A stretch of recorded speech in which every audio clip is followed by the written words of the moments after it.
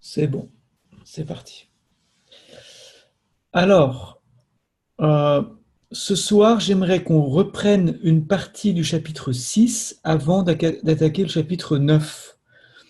Une partie du chapitre 6 sur la foi semence, parce que j'ai fait une première partie, ensuite Judith la deuxième partie, et d'une manière ou d'une autre, je voulais être sûr qu'on ait tout, d'autant plus qu'on a un peu plus de temps devant nous d'ici la fin de l'année et qu'on prendra le prochain livre, La prière efficace, seulement en janvier.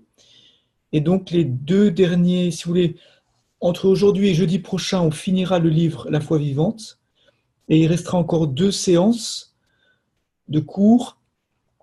Euh, donc on profitera de ces deux séances pour aborder des sujets bibliques ou d'actualité qui, comment dire, qui correspondraient à d'autres besoins enfin, des choses qui ne sont pas nécessairement dans les livres, dans les 12 livres qu'on étudie, ok? Qui font partie de l'ensemble, mais qui sont ce sera comme des annexes ou comme des points supplémentaires. Voilà. Donc, je vous explique, je vous enverrai un email à ce sujet. Donc, je reviens sur le chapitre 6, la foi semence. Et j'aimerais qu'on puisse lire euh, la deuxième épître de Pierre au chapitre 1, oui, chapitre 1, 2 Pierre 1, versets 1 à 4. Simon Pierre, serviteur ou esclave et apôtre de Jésus-Christ, à ceux qui ont reçu en partage une foi du même prix que la nôtre, par la justice de notre Dieu et Sauveur Jésus-Christ. Que la grâce et la paix vous soient multipliées par la connaissance de Dieu et de Jésus-Christ notre Seigneur. Sa divine puissance nous a donné tout ce qui contribue à la vie et à la piété, en nous faisant connaître celui qui nous a appelés par sa propre gloire et par sa vertu. Par elle, les promesses les plus précieuses et les plus grandes nous ont été données, afin que par ces promesses vous deveniez participants de la nature divine, en fuyant la corruption qui existe dans le monde par la convoitise. Une autre traduction, je vais vous donner une autre traduction, donc vous allez voir ça ressemble, mais il y a quelques petites nuances. À partir donc Simon Pierre, serviteur apôtre de Jésus-Christ, à ceux qui ont reçu une foi de la même sorte que la nôtre, par la justice de notre Dieu et Sauveur Jésus-Christ, grâce et paix vous soient multipliées dans la connaissance de Dieu et de Jésus-Christ notre Seigneur. Voyant que sa divine puissance nous a accordé tout ce qui contribue à la vie et à la piété par la vraie connaissance de celui qui nous a appelés par sa propre gloire et son excellence. Car par elle, il nous a accordé ces précieuses et magnifiques promesses, afin que par ces promesses vous puissiez devenir participants de la nature divine, vous qui avez fui la corruption qui existe dans le monde par la convoitise. D'abord, j'aimerais insister sur le fait l'importance ici du mot connaissance. C'est en général quand il y a des bénédictions au début des épîtres de Paul ou de Pierre, il n'y a pas cette mention par la connaissance de Dieu et de Jésus notre Seigneur. En général, Paul, par exemple, dirait que la grâce et la paix vous soient multipliées de la part de Dieu et de notre Sauveur Jésus-Christ, ou bien de la part de notre Dieu et Sauveur Jésus-Christ. Entre parenthèses ici, on voit la divinité de Jésus-Christ, puisqu'il est dit la connaissance de Dieu et de Jésus notre Seigneur, mais dans d'autres salutations, c'est notre Dieu et Sauveur Jésus-Christ qui parle de la divinité de Christ. Maintenant, pourquoi est-ce qu'ici Pierre insiste sur la connaissance? Pourquoi est-ce qu'il ne dit pas simplement de la part de, comme dirait Paul?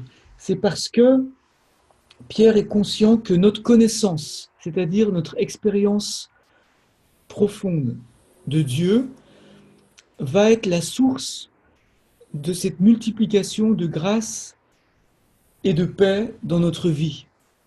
D'accord? C'est pour ça que la traduction que je vous ai lue va ensuite dans le verset 3 en disant « Cette connaissance nous fait voir en quelque sorte sa divine puissance. » Voyez? Parce qu'en connaissant Dieu et Jésus notre Seigneur, on voit sa divine puissance qui nous a donné tout ce qui contribue à la vie et à la piété. Ok? Mais avant d'en venir là, donc avant d'arriver à cette connaissance, la première chose dont il est parlé ici, c'est la foi. Au verset 1, regardez avec moi. À ceux qui ont reçu en partage une foi, etc. Donc la première chose qu'on apprend ici, c'est ce qui a déjà été dit donc à plusieurs reprises, mais j'aimerais que vous puissiez le voir dans le texte, c'est que la foi est reçue, c'est pas nous qui la fabriquons, qui la créons, elle a été reçue. Maintenant, si on parle d'une grande ou d'une petite foi, Jésus parle d'une grande ou d'une petite foi, il ne parle pas à ce moment-là d'une grande ou petite qualité de foi, parce que si c'est Dieu qui nous a donné la foi, elle a obligatoirement la qualité divine, cette foi, voyez? Mais il parle du développement de cette semence en nous. Elle est plus ou moins développée, le muscle de la foi est plus ou moins développé. Mais la qualité de départ, elle est divine, parce qu'elle est reçue de Dieu. Et la preuve, c'est qu'il est dit ensuite du même prix que la nôtre. Le mot même prix en grec, c'est isotimon, même honneur, même valeur. Ça veut dire que vous avez et j'ai une foi qui a la même valeur que celle qu'avait Pierre, que celle qu'avaient Jean et tous les autres apôtres. D'accord? Et ça, quand vous y réfléchissez, c'est extraordinaire.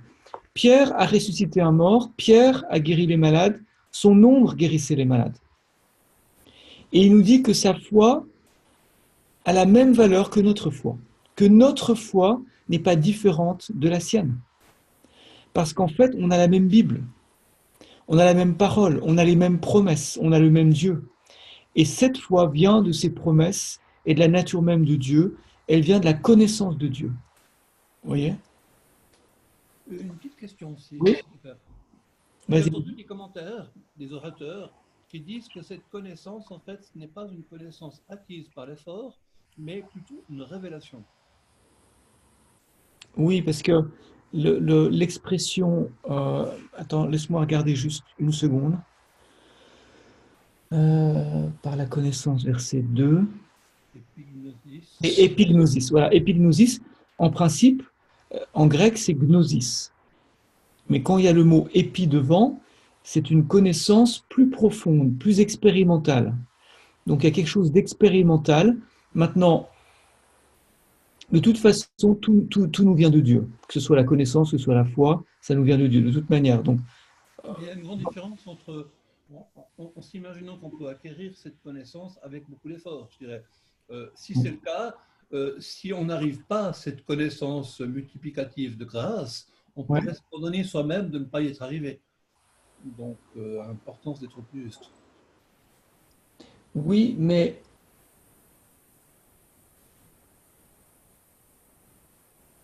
verset 5 du même chapitre, il dit, à cause de cela même, faites tous vos efforts pour joindre à votre foi à la vertu, la connaissance. Donc, je dirais qu'il y a une collaboration entre nos efforts et la révélation que Dieu nous donne. Au bout du compte, c'est toujours Dieu qui aura, même si tu fais un effort, c'est Dieu qui te aura donné la grâce de faire cet effort, si tu veux. Donc, dans l'absolu, tout nous vient de Dieu, on est d'accord. Mais il y a une collaboration. C'est-à-dire qu'il y a dans la Bible plein de promesses. Il y a, comment dire, il y a plein de choses à découvrir dans la nature de Dieu. Et Dieu est prêt à nous le révéler. Dieu ne demande qu'à se faire connaître à nous. Dieu ne demande qu'à nous révéler l'immense, comment dire, richesse de sa puissance et tout ce qu'il a mis à notre disposition. Mais l'effort dont parle ici Pierre, c'est pas un effort au sens de faire des œuvres pour être sauvé, etc.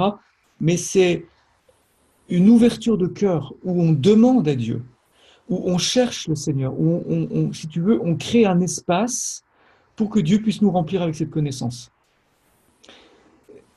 Donc, ce sera Dieu qui nous la donnera, cette connaissance, ce sera par révélation, mais l'effort consiste à le demander, à le vouloir. Tu vois, quelque part, Dieu ne va pas nous forcer à manger si on n'a pas faim. Il ne va pas nous forcer à boire si on n'a pas soif.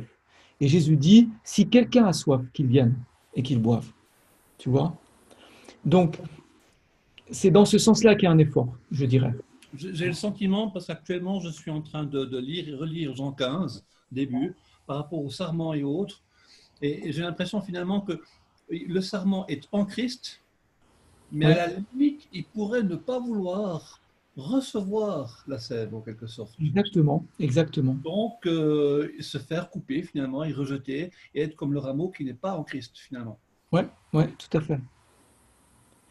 Vous savez, j'ai remarqué, moi j'ai des frères et sœurs, et j'ai remarqué de manière, je vous donne cet exemple simplement, que entre mes différents frères et sœurs, notre connaissance de notre Père terrestre, je parle maintenant, euh, maintenant il est plus de ce monde, mais la connaissance que les uns et les autres avaient était différente d'un enfant à l'autre.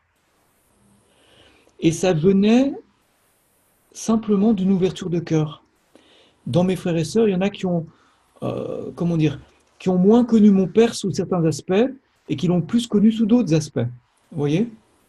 C'est pas, comment dire, il n'y a pas de jugement par rapport. C'est une question de, chaque enfant va vivre la relation avec ses parents différemment, si vous voulez. Et donc, euh, un fils aîné ou ma sœur aînée, par exemple, a une connaissance de mon père. Bah, elle a quelques années de plus de connaissance de mon père déjà, mais si vous voulez, en tant que fille aînée, elle a une connaissance particulière de mon père, etc.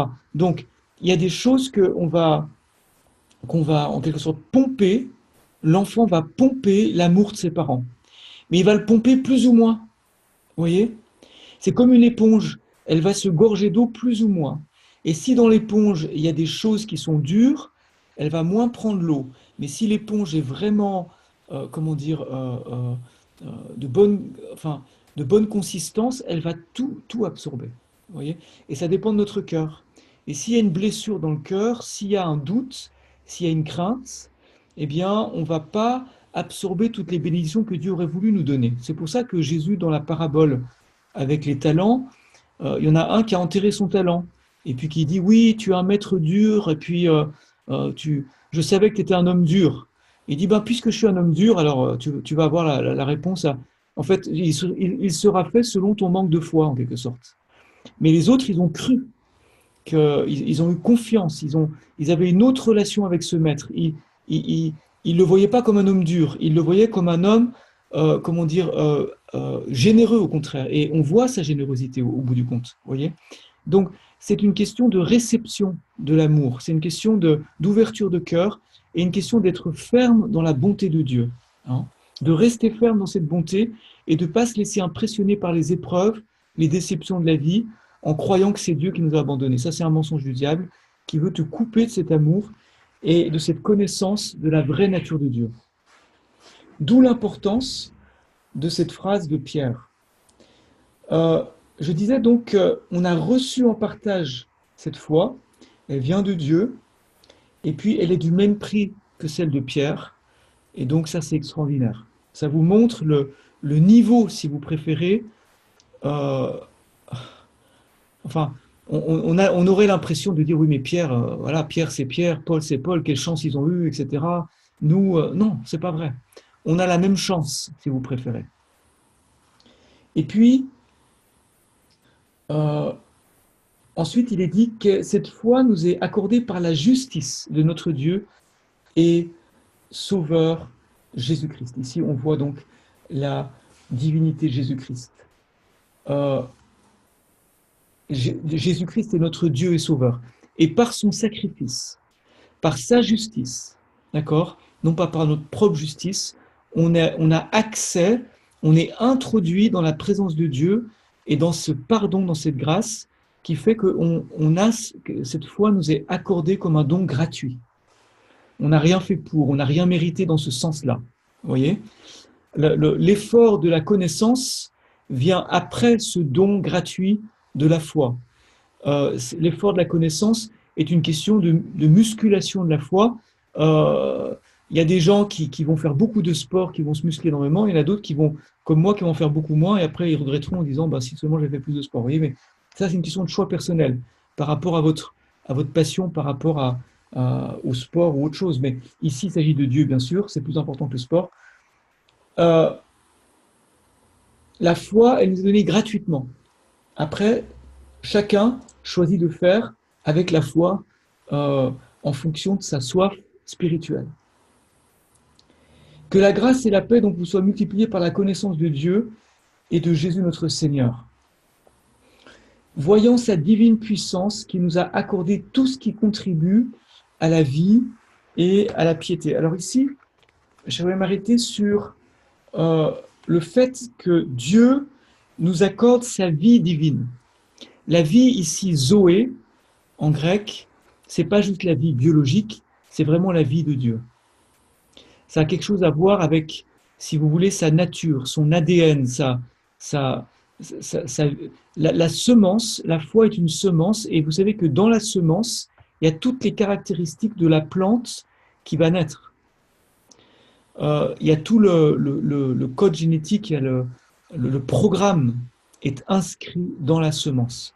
Donc quand vous voyez la semence, vous avez l'impression que c'est rien du tout, mais dans cette semence, il y a tout ce programme de la vie de Dieu et de ce que Dieu, lui, est capable de faire avec son caractère et sa nature. L'amour est dans ce programme, la justice est dans ce programme, la puissance, la générosité. Le plan de Dieu est inscrit dans ce qu'il vous donne au moment où vous recevez la foi. Et donc, sa divine puissance nous a donné tout ce qui contribue ou tout ce qui va dans le sens de cette vie divine. Et la piété, c'est la mise en œuvre de cette vie divine. La piété, c'est l'attachement à Dieu, si vous préférez, mais c'est la mise en pratique, la mise en fonction de ce qui est dans la semence. Et donc, Dieu nous a tout mis à notre disposition. Vous voyez, à la fois la vie, la semence et la germination de la semence, son activation. Par la piété, c'est cette vie donc, qui veut plaire à Dieu. En fait, la piété, c'est ce désir profond de plaire à Dieu et que cette foi qu'on a reçue puisse atteindre les objectifs de Dieu. Voyez ? Et donc, on doit nourrir, arroser cette semence dans la prière, dans le fait de... Vous avez le droit, si vous préférez, de crier à Dieu en disant « Seigneur, je veux vivre plus de choses avec toi, je veux voir plus de percées, je veux voir plus de fruits, je ne suis pas satisfait avec mon niveau de foi actuel, en tout cas avec le niveau d'activation actuel de ma foi, si vous préférez. » Et ce désir, cette prière, cette recherche de Dieu, c'est la piété. Et c'est la mise en action de votre foi, jusqu'à ce que vous voyez finalement le fruit et que vous puissiez glorifier Dieu, parce que finalement, c'est sa divine puissance qui nous a donné tout ça. Et comment est-ce qu'il nous donne tout ça? En nous faisant connaître celui qui nous a appelés par sa propre gloire et sa vertu, c'est-à-dire son excellence. Donc, c'est dans cette communion avec Jésus et dans le fait de contempler ce qu'il a fait pour nous à la croix, de réaliser la foi que lui-même a eue pour risquer toute sa vie en venant sur la terre, risquer de donner sa vie pour des pécheurs comme nous. Vous voyez la foi de Jésus. Quand, vous savez, on a ce sentiment quand on va faire de l'évangélisation, qui est pas une bonne attitude de cœur, de dire oui, mais ces gens, ils sont dans une telle misère, ils sont tellement cabossés par la vie, on va rien réussir. Ça, si Jésus avait pensé comme ça à notre sujet, on n'aurait jamais été sauvé.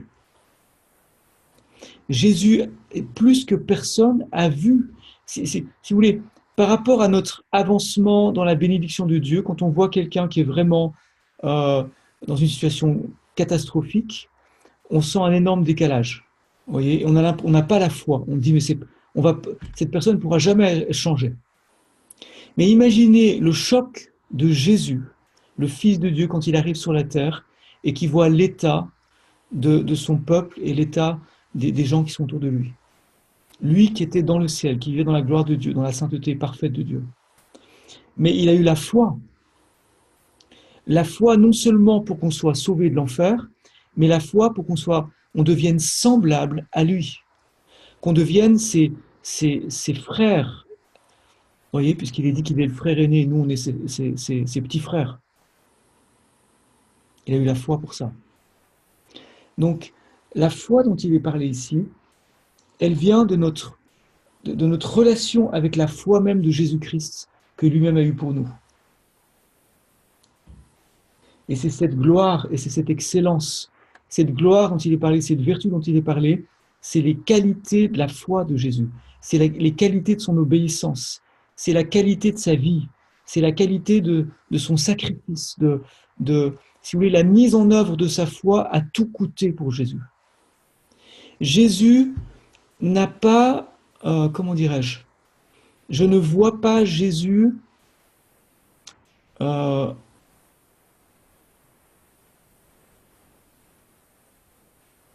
être distrait par rapport à sa mission.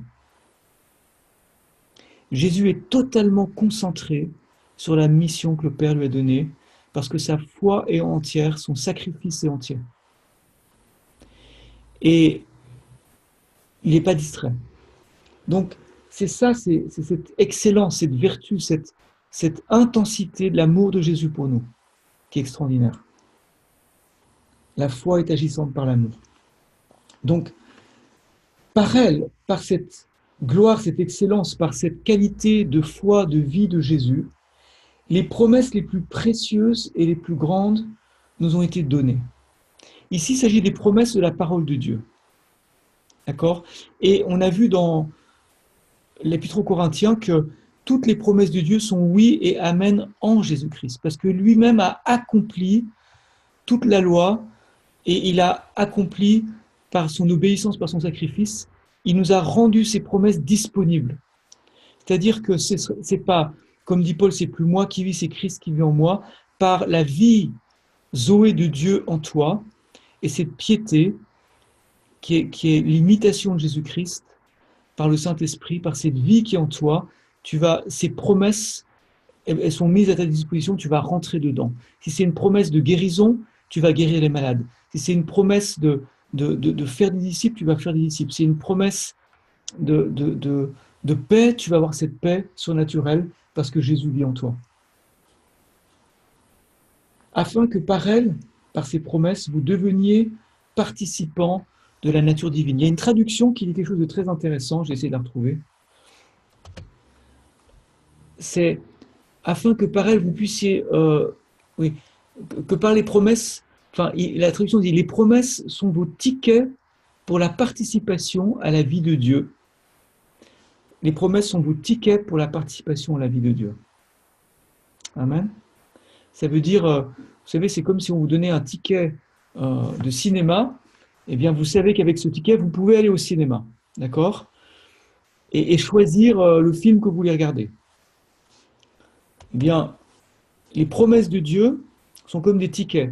Et parce que Christ a payé le prix pour vous, parce que par sa gloire et par sa vertu, par sa foi, par son sacrifice, ces promesses nous sont données et elles sont comme pour nous des tickets pour vivre ces promesses, c'est-à-dire participer à cette nature de Dieu. Pourquoi ? Parce que les promesses de Dieu sont conformes à sa nature. Quand Dieu vous fait une promesse, il se promet lui-même à vous. Par exemple, dans Exode chapitre 15, Dieu parle à son peuple, je crois que c'est le verset 26, et il lui dit, si tu observes ma parole attentivement, eh bien, tu ne seras pas frappé par toutes les maladies de l'Égypte.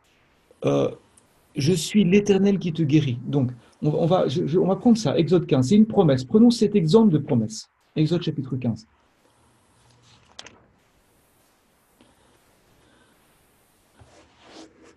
Il dit, verset 26, si tu écoutes attentivement la voix de l'Éternel, ton Dieu, si tu fais ce qui est droit à ses yeux, si tu prêtes l'oreille à ses commandements, si tu observes toutes ses prescriptions, je ne t'infligerai aucune des maladies que j'ai infligées aux Égyptiens, car je suis l'Éternel qui te guérit. Vous voyez que la promesse de guérison est liée à deux facteurs. Un des facteurs, c'est notre obéissance. Et l'autre facteur, c'est la nature même de Dieu. Il est celui qui guérit. Donc sa promesse de nous guérir est le reflet exact de sa nature guérissante. C'est pour ça qu'on participe à sa nature quand on rentre dans ses promesses. On participe à sa nature de Dieu qui guérit quand on rentre dans sa promesse de guérison. On participe à sa vie divine. Maintenant, comment y participer? Il est dit ici, si tu écoutes, si tu obéis, et vous me direz, oui, mais dans le Nouveau Testament, c'est pas la pratique de la loi qui nous donne la vie, c'est la foi, et c'est vrai. Mais Jésus dit aussi dans Matthieu 28, 19, enseignez-leur à obéir. Ça, c'est la traduction simple, et en fait, c'est ce que ça veut dire. Enseignez-leur à obéir à tout ce que je vous ai dit, enseigné ou commandé. D'accord? Donc, il y a quand même une obéissance. En fait, l'évangile est un appel, comment dire, on obéit à l'évangile. Il y a l'obéissance de la foi. Donc, dans la foi, il y a une dimension d'obéissance, si vous préférez, dans le sens que on s'accorde avec la promesse de Dieu. On s'accorde avec les conditions de la promesse. Vous voyez? Parce qu'on croit que c'est Dieu lui-même qui est dans sa promesse et qui va le faire. Et donc, on n'a pas de difficulté à s'accorder parce qu'on est motivé par cet amour, on est motivé par cette promesse, et on s'accorde avec Dieu, on se met d'accord avec lui, on se met d'accord avec sa promesse. Vous voyez? On ne résiste pas à son amour, on ne refuse pas sa grâce, mais on se met d'accord avec lui. Vous suivez? Ça, c'est important.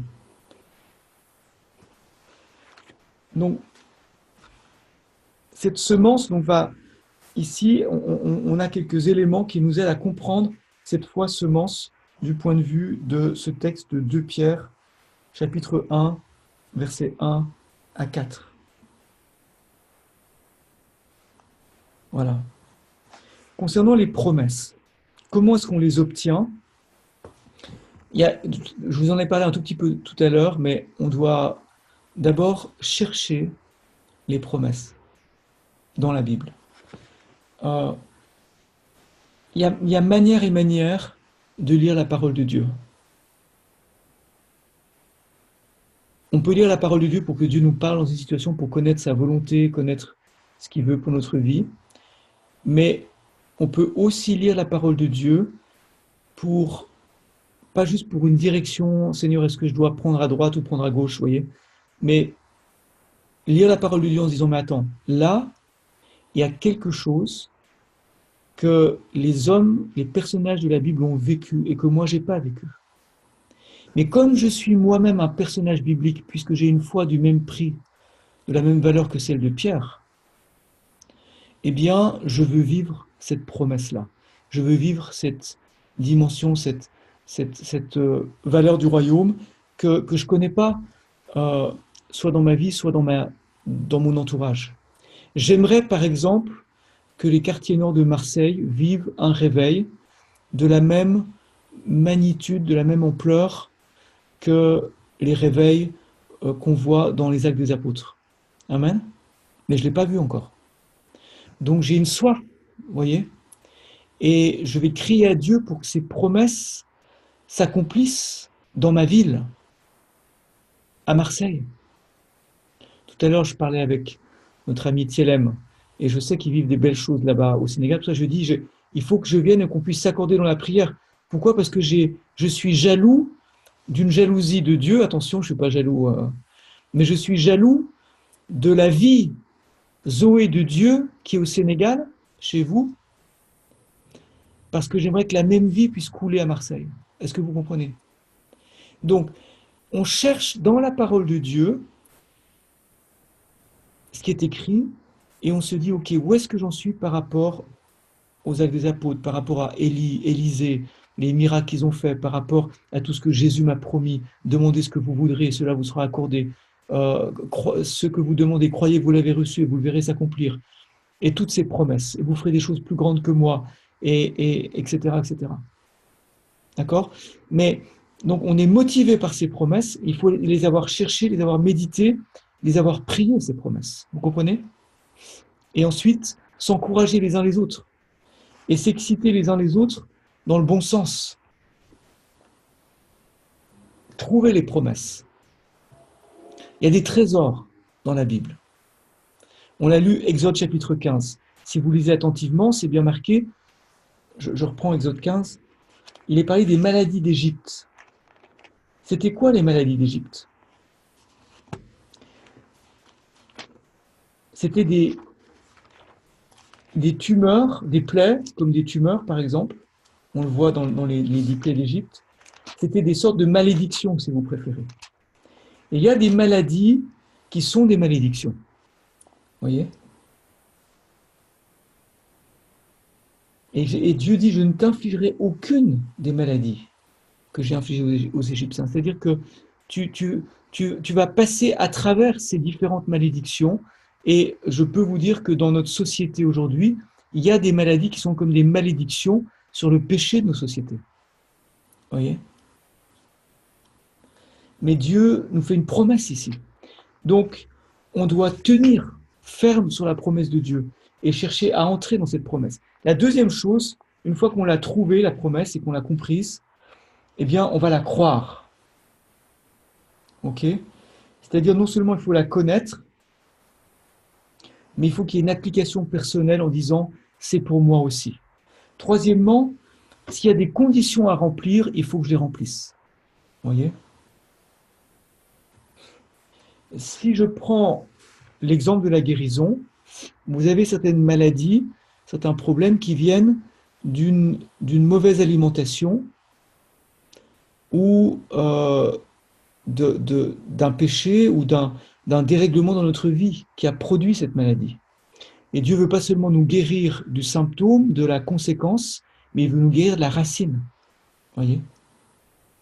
Et donc la condition pour vivre pleinement la bénédiction que Dieu nous a promise, c'est de faire ce qu'il y a à faire par rapport à la repentance et au changement de notre vie pour que la bénédiction puisse suivre et rester constante. Il y a des gens qui perdent leur guérison parce que la racine qui avait produit la maladie n'a pas été enlevée et donc la maladie, en quelque sorte, elle repousse, si vous préférez. La guérison toute seule, c'est comme si vous coupez la mauvaise herbe, mais croire dans la promesse, c'est que vous arrachez la mauvaise herbe et vous plantez à la place la promesse de Dieu et la parole de Dieu. Euh, Oui? je crois, mais dans certains cas, par exemple, admettons qu'une personne se trouve avec certains problèmes, a des causes, a des raisons, on va dire, ou par exemple, la personne risque de choper des cancers du poumon parce qu'elle est à côté du gros fumeur, etc. Ben, qu'elle peut demander des fois des grâces particulières pour que, même dans des situations où elle devrait avoir tel ou tel problème, qu'elle puisse passer au-dessus. Alors bon, c'est si Dieu veut, bien entendu, et c'est sûr que ça défie à ce moment-là ce qui normalement devrait se passer dans certains cas. Oui, absolument. La guérison, c'est toujours une grâce. C'est absolument vrai. Quand je parlais des conditions, c'est pas dans le sens de vous mettre sous la loi, mais c'est dans le sens que parfois, Dieu nous demande de faire certaines choses, et c'est pas, en général, c'est pas difficile à faire. Et parfois, disons que la guérison peut être liée à une cause comme ça, mais c'est pas toujours le cas. Et heureusement, d'ailleurs, c'est très bien que tu le soulignes, la guérison est de toute façon une grâce, et parfois, comment dire, on ne sait même pas la cause de la maladie du reste, parce que des fois, souvent quand c'est des cancers, on sait pas ça peut venir de tellement de causes différentes, c'est assez compliqué. Mais quoi qu'il en soit, la guérison est une grâce, au bout du compte. Je suis tout à fait d'accord. Je peux juste dire une anecdote. Oui, C'est une personne qui demandait la guérison, je crois qu'elle était dépressive en l'occurrence, puis elle demandait instamment d'être guérie, puis finalement elle n'obtenait jamais sa guérison, puis finalement il y a eu un peu une révélation derrière, c'est qu'elle utilisait finalement son état de maladie pour avoir une sorte d'ascendance sur sa famille. ouais, En quelque sorte, et là Dieu a dit à la personne que à ceux qui priaient que Dieu allait délivrer des ennemis, pas de nos alliés. Mhm, mhm. C'est ça, absolument. Très bon exemple. Ouais. Et puis, il y a aussi une condition souvent qui est dans l'évangile, c'est de demander. Et ce qui est étonnant, par exemple, c'est Jacques qui dit vous n'obtenez pas parce que vous ne demandez pas, tout simplement. Il y a des choses que on sait que c'est dans la parole, on a trouvé la promesse, d'accord? On croit que Dieu veut le faire pour nous, mais on ne le demande pas. Euh, Tout à l'heure, je parlais avec deux garçons qui sortent d'un hôpital psychiatrique et il y en a un qui a été glorieusement sauvé et le deuxième qui est en train de sortir de son état. C'était beau de les voir. C'est un ami qui a été dans cet hôpital et qui leur a parlé de Jésus. Les médecins eux-mêmes de l'hôpital ont eu un entretien avec cet évangéliste et avec ce garçon et lui ont permis de sortir pour aller avec l'évangéliste tellement ils ont vu de progrès. Et finalement, il est sorti complètement de l'hôpital maintenant. Donc c'est vraiment un beau témoignage. Mais je parlais avec eux et je leur parlais de la liberté en Christ. Et je leur disais, euh, quand je suis dans ma cuisine tout seul, j'ouvre le frigo, je prends à manger, je me sers parce que je suis chez moi. Et quand vous êtes chez Dieu, vous avez la liberté. Puis après, j'ai dit, non, mais c'est pas tout à fait ça quand même. Parce que quand je suis tout seul et que j'ouvre le frigo comme ça, quelque part, je ne suis pas nécessairement un bon exemple. Dans une famille, on ne se sert pas soi-même, on demande. Les enfants demandent à maman s'ils peuvent manger. Vous voyez ce que je veux dire? Et tout, enfin, comment dire, il y a un ordre, il y a une demande, il y a un amour qui fait qu'on demande l'un à l'autre. Et dans la maison du Père, on ne se sert pas simplement comme ça, on demande. Vous voyez? Parce qu'il y a une éducation. Et donc, il faut avoir cette éducation de demander au Père. Vous suivez? Et des fois, on oublie de demander. On va lire ce passage juste dans Jacques rapidement, Hébreu Jacques, parce que l'épître de Jacques, c'est une des épîtres négligées souvent dans l'Église, mais elle est très importante. D'où viennent, c'est Jacques chapitre 4, excusez-moi, Jacques chapitre 4. On va lire depuis le verset 1. D'où viennent les luttes, d'où viennent les querelles parmi vous?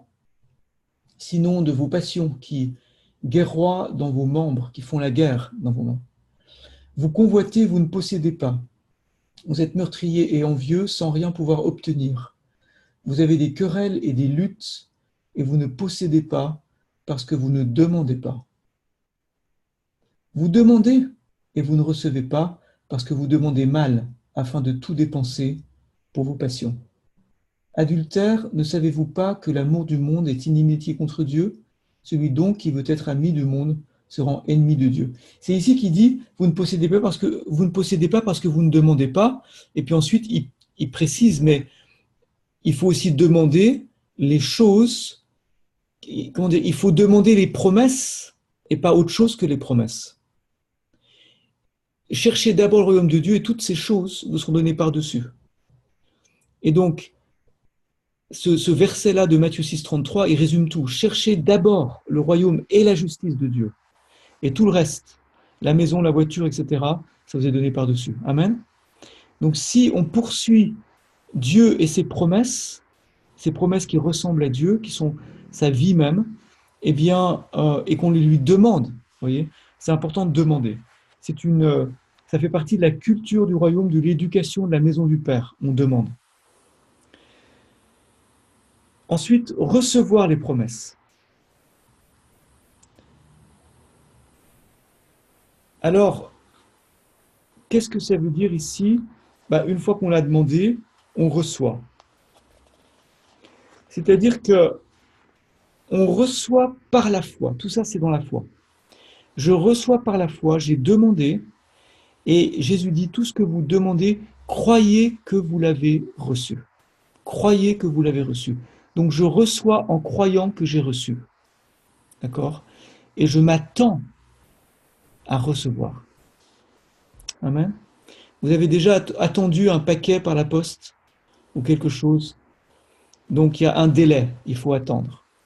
Il y a toujours, au bout d'un moment, on se dit, mais est-ce que vraiment il n'y a pas une erreur? Est-ce que vraiment cette personne me l'a envoyé? Vous voyez, mais croyez que vous l'avez reçu. Et c'est déjà ça recevoir. Donc voilà quelques éléments importants par rapport aux promesses de Dieu qui peuvent vous aider, soit vous-même, soit à l'enseigner, pour que la foi soit solide, efficace. Chapitre 9 maintenant, à moins qu'il y ait des questions. Est-ce qu'il y a des questions sur ces notions qu'on a vues du chapitre 6? La connaissance, les promesses, la nature de Dieu.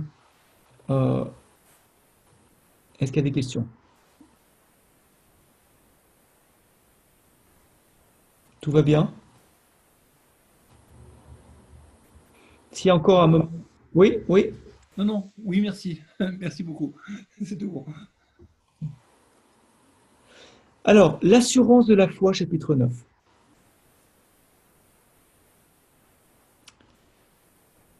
On a beaucoup parlé de la relation entre la foi et la parole de Dieu. Si on n'a pas entendu Dieu, on ne peut pas dire qu'on a la foi.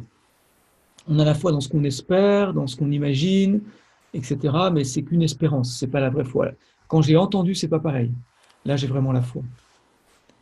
Maintenant, il y a un autre élément que la parole de Dieu qui est très important dans la foi. Et cet autre élément, c'est le sang de Jésus. La puissance de son sang. Alors, on va voir pourquoi c'est tellement important. On va lire pour ça Romains, chapitre 3, versets 24 et 25.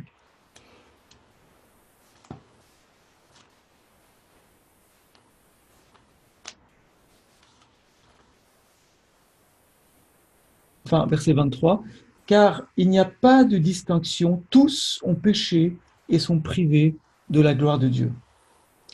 Et ils sont gratuitement justifiés par sa grâce, par le moyen du rachat qui est en Jésus-Christ. C'est lui, Jésus, que Dieu a destiné comme moyen, comme propitiation, littéralement, pour ceux qui auraient la foi en son sang, afin de montrer sa justice. Parce qu'il avait laissé impunis les péchés commis auparavant, au temps de sa patience. Il a voulu montrer sa justice dans le temps présent, de manière à être reconnu juste, tout en justifiant celui qui a la foi en Jésus. Alors ici, au cœur du problème, du verset 25, il est parlé de la foi dans le sang de Jésus. En tout cas, c'est une manière de traduire le texte, on peut traduire d'une autre manière aussi, mais c'est la manière classique de le traduire. Je répète le verset 25. C'est lui, Jésus, que Dieu a destiné comme propitiation. Et le mot propitiation fait allusion, bien sûr, au propitiatoire qui était dans le tabernacle. Et c'est la bonne traduction. Quand vous avez dans vos traductions moyen d'expiation, c'est une traduction minimaliste. C'est du délayage, d'accord? Enfin, c'est dommage. Là, le vrai mot, c'est propitiation. Donc, Dieu a destiné Jésus comme propitiation. Alors, on peut dire aussi victime propitiatoire dans certaines traductions. C'est le sacrifice à la croix, si vous préférez, qui est désigné. Mais c'est plus que ça. Parce que dans la notion de propitiation, on rentre dans le lieu très saint avec le sang de l'animal qui avait été sacrifié. Et dans le lieu très saint, il y avait l'arche de l'alliance avec dessus un couvercle. Dans ce coffre, cette arche c'était comme un coffre, il y avait les tables de la loi. Au-dessus du coffre, il y avait les deux anges, les deux chérubins, sur lesquels il y avait la gloire de Dieu. Et Dieu regardait les tables de la loi qui nous condamnent à cause de notre péché. Et quand le souverain sacrificateur mettait le sang des boucs et des taureaux sur le propitiatoire, le Seigneur, au lieu de voir sa loi qui avait été transgressée par les péchés d'Israël, il voyait le sang de la victime qui avait payé le prix pour tous ces péchés-là. Et ce sang couvrait le péché du peuple. Vous voyez? Ce sang était en fait la preuve que le sacrifice avait été offert et que ses péchés étaient pardonnés. Donc, les Juifs de l'époque avaient la foi que ce sang qui était placé sur le propitiatoire nous rendait Dieu propice, nous évitait la colère de Dieu et le jugement de Dieu, et nous accordait le pardon de Dieu pour tous les péchés de l'année, parce que ça se faisait une fois par année selon Lévitique chapitre 16. Et tous les péchés d'Israël étaient confessés sur le bouc, tous les péchés possibles et imaginables, et ensuite le bouc qui était sacrifié, il y avait deux boucs, il y en avait un qui était envoyé dans le désert pour dire que le péché est vraiment enlevé, et puis l'autre bouc, son sang était mis sur le propitiatoire comme preuve que le sacrifice avait été offert et qu'il avait été puni à notre place, si vous préférez. Bien sûr que ce sang-là ne pouvait pas effacer ce qu'il y avait dans la conscience de l'homme, d'accord? C'était un sacrifice rituel. C'était quelque chose qui pouvait effacer les souillures de la chair, mais pas effacer ce qu'il y avait dans le cœur. Seul le sang de Jésus peut effacer ce qui est dans le cœur, voyez? Et ce sang de Jésus, c'est le sang de la propitiation qui nous rend Dieu propice. Donc nous avons la foi dans la puissance de ce sang en tant que preuve de la mort de Jésus, en tant que signe pour Dieu que le sacrifice a été fait. C'est ce sang, c'est ce qui nous apporte la paix. Ce sang, c'est ce qui nous apporte le pardon. Vous voyez? La foi en son sang.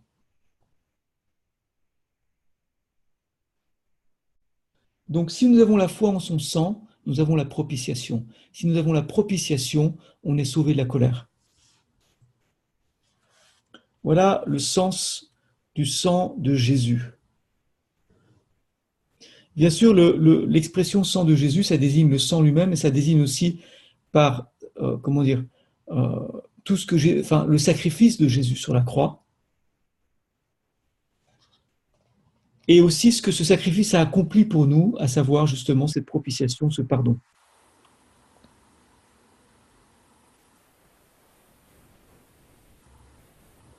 Ensuite, on a aussi ce sang qu'on retrouve dans l'Exode au chapitre 12. On va lire ça. Exode chapitre 2. Est-ce que ça va jusque-là? Vous avez suivi, vous êtes tous déjà devenus des maîtres, comme dit l'Épître aux Hébreux. Hein. Exode 12. C'est bien de revoir, vous savez, on parle finalement pas très souvent du sang de Jésus, mais il y a une grande puissance, c'est un grand secret. Ouais, c'est une grande assurance de comprendre ce que le sang de Jésus a accompli pour nous.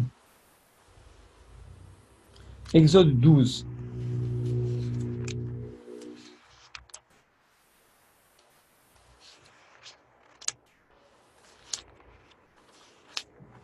L'Éternel dit à Moïse, on est au verset 1, et à Aaron dans le pays d'Égypte, ce mois-ci sera pour vous le premier des mois.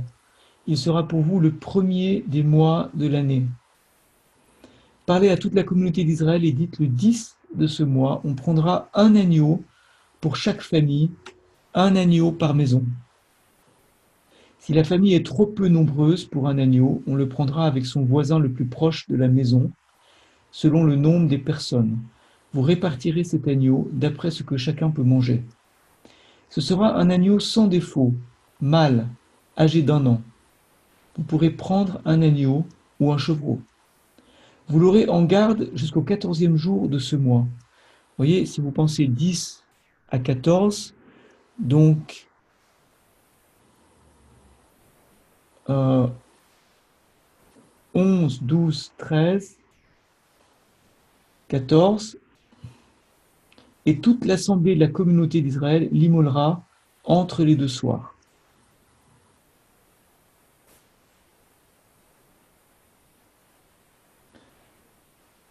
On prendra de son sang et on en mettra sur les 2 poteaux et sur le linteau de la porte des maisons où on le mangera. Cette même nuit, on en mangera la chair. On la mangera rôtie au feu avec des pains sans levain et des herbes amères. Vous ne le mangerez pas à demi-cuit ni bouilli dans l'eau, mais il sera rôti au feu la tête avec les pattes et les entrailles. Vous n'en laisserez rien jusqu'au matin, et s'il en reste quelque chose le matin, vous le brûlerez au feu. Voici comment vous le mangerez, une ceinture à vos reins, vos sandales aux pieds, votre bâton à la main, et vous le mangerez à la hâte, c'est la Pâque de l'Éternel.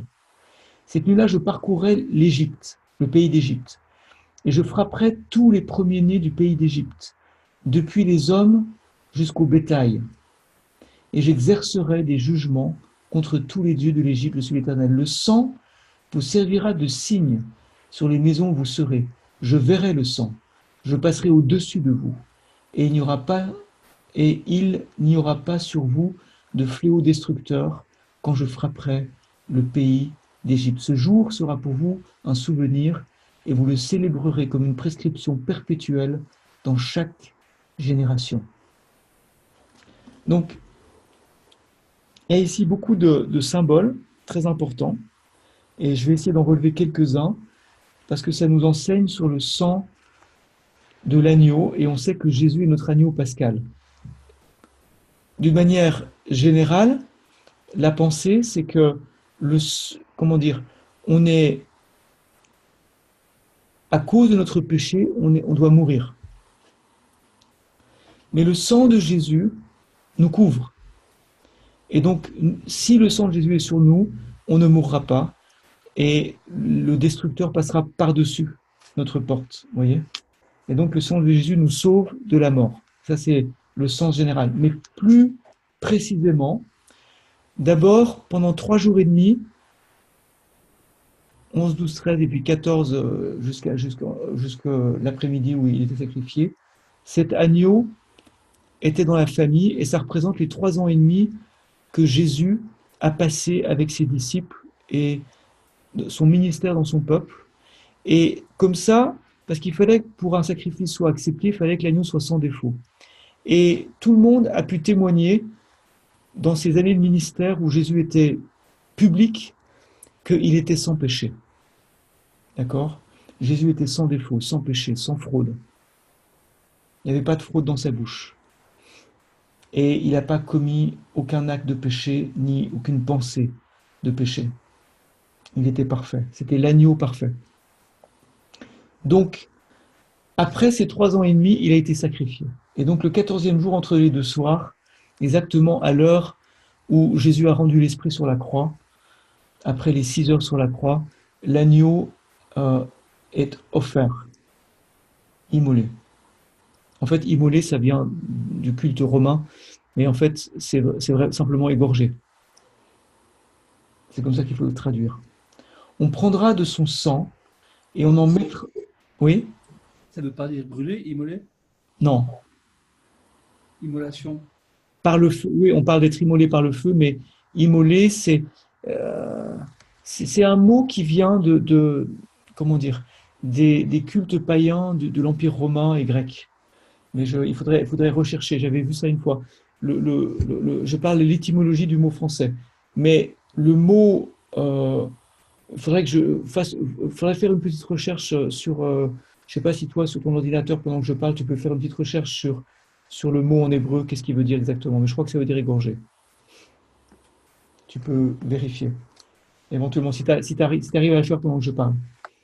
Ok. On prendra de son sang et on en mettra sur les 2 poteaux et sur le linteau. Donc les 2 poteaux, c'est ce qui est vertical et le linteau, c'est ce qui est au-dessus, d'accord, qui tient le mur au-dessus de la porte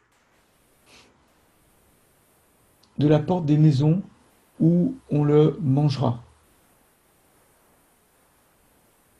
On n'en met pas sur le seuil, pourquoi? Parce qu'on ne marche pas sur le sang de Jésus. On ne méprise pas le sacrifice de Christ. Mais on le met sur les linteaux et sur les poteaux et les linteaux parce que ça marque la maison, c'est l'entrée. D'ailleurs, il y a une autre prescription qui dit qu'il ne fallait pas sortir de la maison, il fallait rester dans la maison.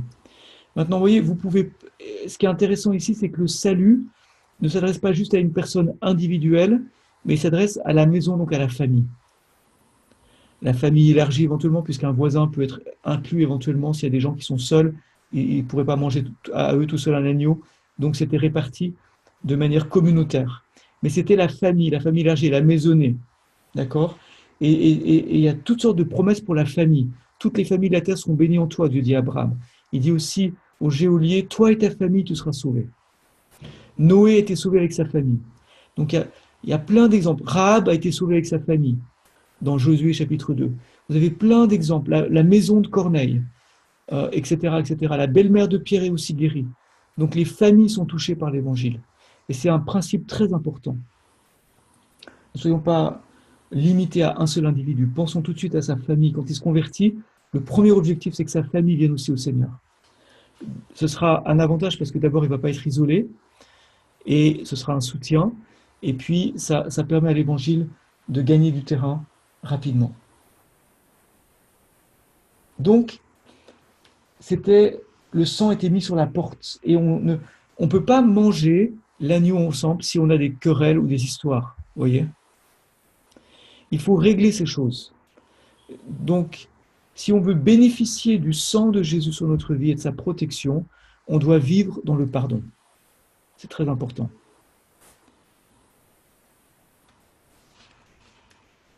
Et c'est grâce à ce sang versé, du reste, qu'on peut pardonner à nos frères, parce que Dieu lui-même nous a pardonné. Donc tout ça, c'est inclus dans ces symboles ici. Et puis ensuite, il fallait manger l'agneau ensemble. Excusez-moi. Se nourrir, comme on le fait ce soir, ensemble, de la parole de Dieu.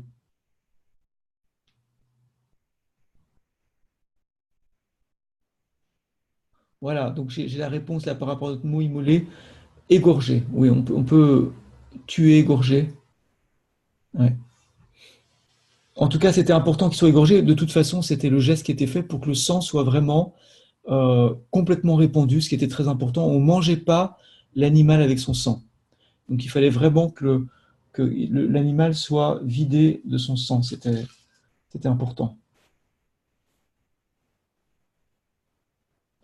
Et puis, donc, euh, on mangeait cet agneau. Mais voici comment vous le mangerez. Une ceinture à vos reins, vos sandales aux pieds, votre bâton à la main, et vous le mangerez à la hâte. Pourquoi? Parce qu'on attend le retour du Seigneur Jésus-Christ. Et donc, on ne s'installe pas, on est pèlerin sur la terre, on est de passage, et on est en train de fuir la corruption qui existe dans le monde. J'ai négligé tout à l'heure, et c'est un tort, mais quand on a lu 2 Pierre, chapitre 1, versets 1 à 4, vous avez remarqué que je n'ai pas commenté la dernière partie qui dit qu'on fuit, que ces promesses les plus grandes nous sont données afin qu'on puisse participer à la nature divine, ayant fui la corruption qui existe dans le monde par la convoitise. Et donc, la Pâque, c'est une fuite. Quand ils mangent la Pâque, ils sont en train de fuir. Vous voyez? Ils sont en train de quitter l'Égypte, qui est le système du péché, le système du monde, le système de l'esclavage, pour aller dans la présence de Dieu et dans le pays promis. Amen. Et donc, si on n'est pas dans cette dynamique de ce que dit Pierre à la Pentecôte en disant « Sauvez-vous de cette génération perverse ». Si on n'est pas comment dire, si on ne coupe pas avec le péché, eh bien, le sang de Jésus n'est pas compris de la bonne manière. La grâce n'est pas comprise de la bonne manière. La grâce, elle est là pour nous arracher au péché, pas pour nous faire vivre dans le péché. Amen. La grâce nous donne la force de suivre Jésus et d'abandonner notre vie passée et d'abandonner les idoles et les faux dieux. C'est la force de la grâce, c'est la force du sang de Jésus qui a été versé pour nous. C'est la force de ce sacrifice de la Pâque qui leur donnait de la force pour ensuite traverser la mer Rouge et faire tout ce périple. Ils avaient besoin de la force même du sacrifice de l'agneau pascal pour fuir la corruption qui existe dans le monde par la convoitise. Et pour entrer donc dans les promesses de Dieu. Donc ça, c'est ce que accomplit pour nous le sang de Jésus, le sang du sacrifice, si on considère le modèle de la Pâque. J'ai déjà parlé de Lévitique chapitre 16, donc je ne vais pas revenir dessus. Et dans le Nouveau Testament, la mort de Jésus est reconnue également comme essentiellement pour le pardon des péchés, lui qui était sans péché, je vais dire par exemple un des textes phares dans le Nouveau Testament par rapport au sacrifice de Jésus, mais il y en a plein d'autres que vous pourrez lire dans vos notes. 2 Corinthiens, voyons, 5. Celui qui n'a pas connu le péché, bien sûr c'est l'agneau, parfait. Hein. Celui qui n'a pas connu le péché, il l'a fait, donc il c'est Dieu, l'a fait devenir péché ou selon, on peut traduire aussi sacrifice pour le péché, pour nous, afin que nous devenions en lui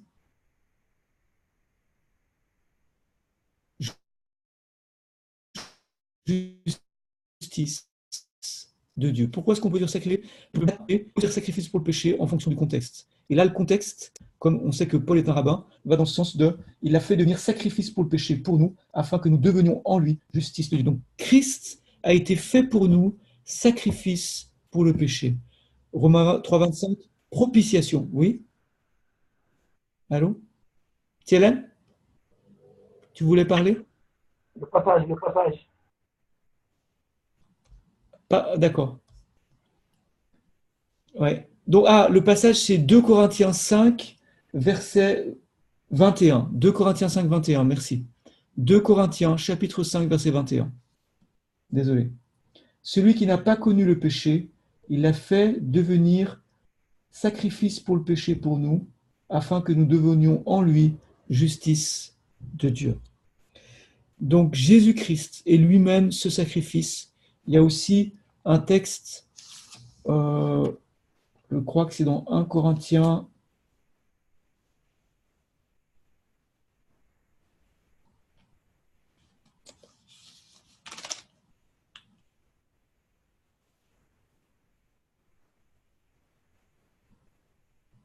Il y a un texte qui dit Christ, notre Pâque, a été immolé.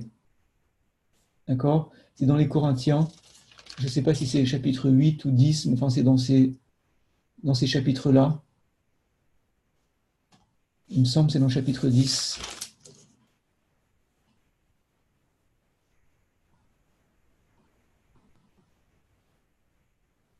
C'est quand il est parlé du levain. Ah, c'est peut-être dans le chapitre 5.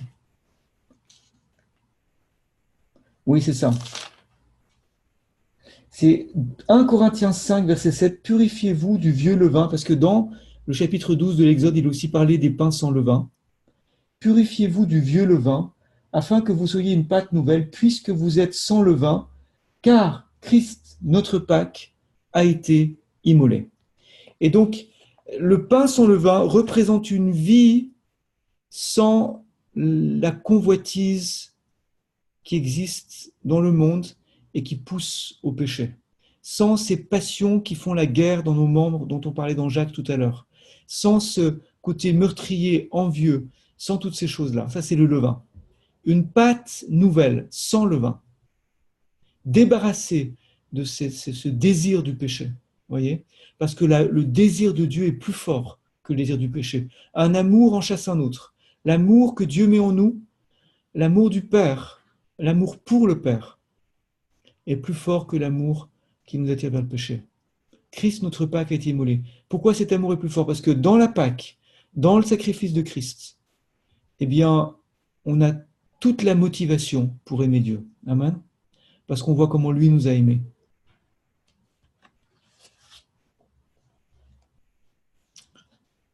Ok.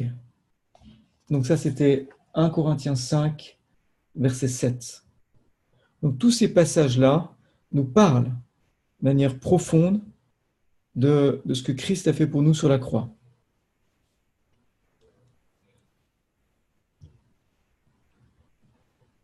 Donc on peut dire que la mort de Jésus a apaisé la colère de Dieu, on l'a déjà vu. Il a accompli la justice de Dieu, obtenu notre pardon.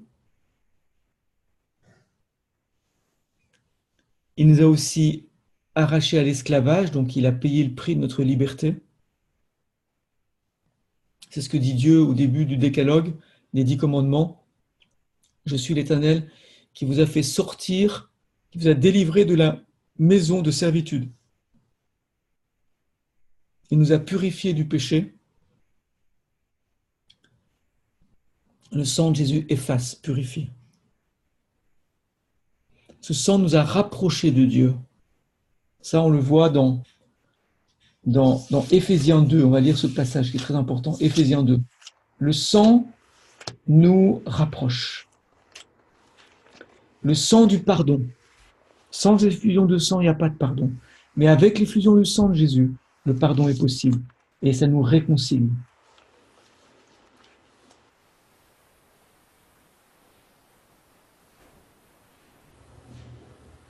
Il a dans sa... car c'est lui notre paix, verset 14 de Éphésiens 2, Éphésiens 2, 14, car c'est lui Jésus notre paix. Non, avant ça, lisez verset 11, Éphésiens 2, 11, excusez-moi. Des fois, ne commettez pas l'erreur de lire seulement le verset qui est cité dans les livres de Colindai. Lisez les 2-3 versets avant, lisez les 2-3 versets après, lisez le contexte. Et le verset aura beaucoup plus d'impact. Regardez, Éphésiens 2, 11. Souvenez-vous donc de ceci. Autrefois, vous, païens dans la chair, traités d'incirconcis par ceux qui se disent circoncis et qui le sont dans la chair par la main des hommes. Vous étiez en ce temps-là sans Christ, donc sans Messie, sans Sauveur, c'est ça que ça veut dire. Privés du droit de cité en Israël, étrangers aux alliances de la promesse, sans espérance et sans Dieu dans le monde. Mais maintenant, en Jésus-Christ, vous qui autrefois étiez loin, vous êtes devenus proches par le sang de Christ. Amen. Donc c'est le sang de Jésus qui, d'orphelins qu'on était, de privés de Dieu, de privés de sa grâce, de païens qu'on était, nous rapproche. D'accord ? Nous rapproche. Et comment est-ce qu'il nous rapproche ? Car c'est lui, Jésus, donc notre paix, lui qui des deux n'en a fait qu'un. Il parle ici du juif et du grec, du grand frère et du petit frère de la parabole de Jésus, le juif et le grec. En détruisant le mur de séparation, l'inimitié qu'il y avait entre les juifs et les non-juifs. Il a dans sa chair annulé la loi avec ses commandements et leurs dispositions pour créer en sa personne, avec les deux, un seul homme nouveau en faisant la paix. Et pour les réconcilier avec Dieu, tous deux, en un seul corps, par sa croix, en faisant mourir par elle l'inimitié. Vous savez, si vous prenez ce texte mot par mot, c'est extraordinaire. Ce que le sang de Jésus accomplit, c'est extraordinaire, mes amis. Parce que non seulement on est réconcilié avec Dieu, mais on est aussi réconcilié entre juifs et non-juifs. Entre ceux qui avaient la loi et qui étaient au-dessus de nous dans le sens qu'ils avaient les alliances, les promesses et nous, on n'était rien du tout. Et tout à coup, Dieu dit à ces païens qui n'avaient pas le droit de citer en Israël, qui n'avaient aucun droit, il leur dit maintenant, vous êtes à la même table. Vous êtes dans la même bénédiction. Vous participez à la même gloire. C'est pour ça que dans Éphésiens 3,16, il est dit, non, pas 3,16, 3,6 plutôt, 3,5, ce mystère n'avait pas été porté à la connaissance des fils des hommes dans les autres générations comme il a été révélé maintenant par l'Esprit à ses saints apôtres et prophètes. Les païens, donc il explique le mystère, verset 6 de Éphésiens 3, les païens ont un même héritage, forment un même corps et participent à la même promesse que qui ? Que les Juifs, qu'Israël, dans le contexte. Vous voyez ? Tu as le même héritage qu'Israël, tu fais partie du même corps, puisqu'on a été réconciliés pour former un seul corps en Christ, et on a les mêmes promesses en Jésus-Christ par l'Évangile. Alléluia. Donc tout ça, c'est le sang de Jésus qui l'accomplit. Ça change ton statut, ça change ta position.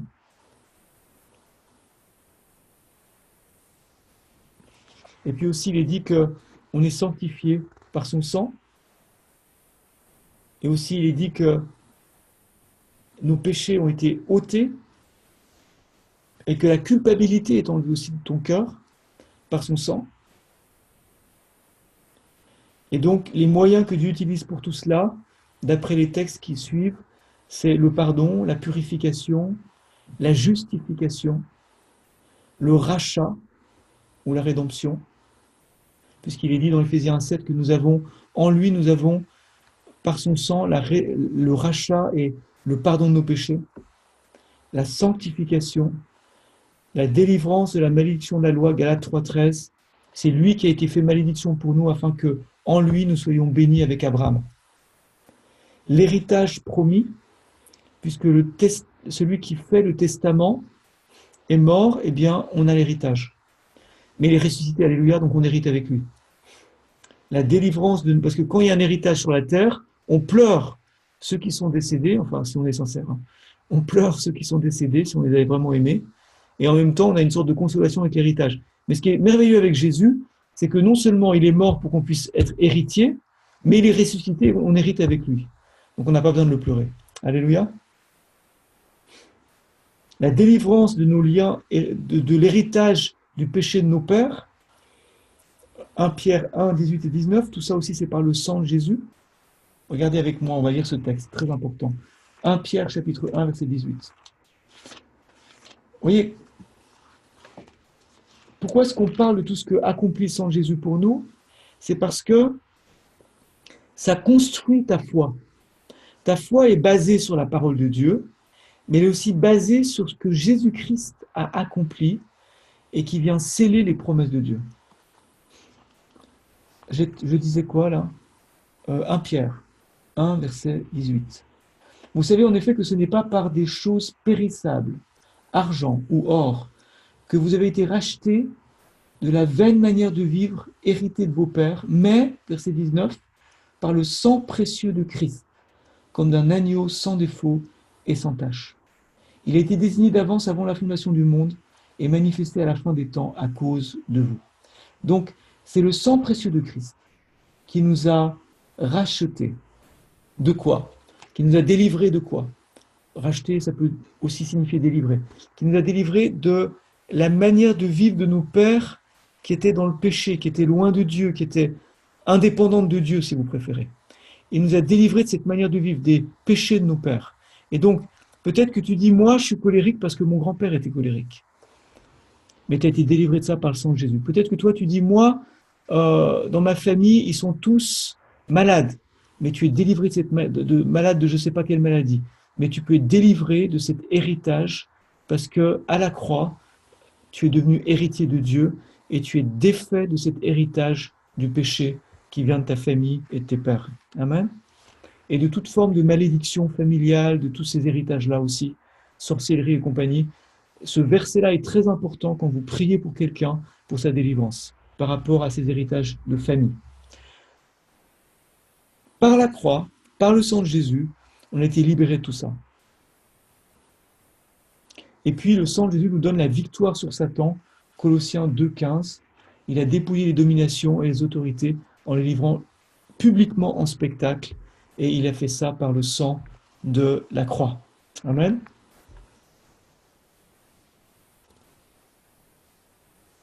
Maintenant, on a vu dans le livre Le salut par la grâce, ce qui concerne le fait que le Père et le Fils étaient d'accord pour ce sacrifice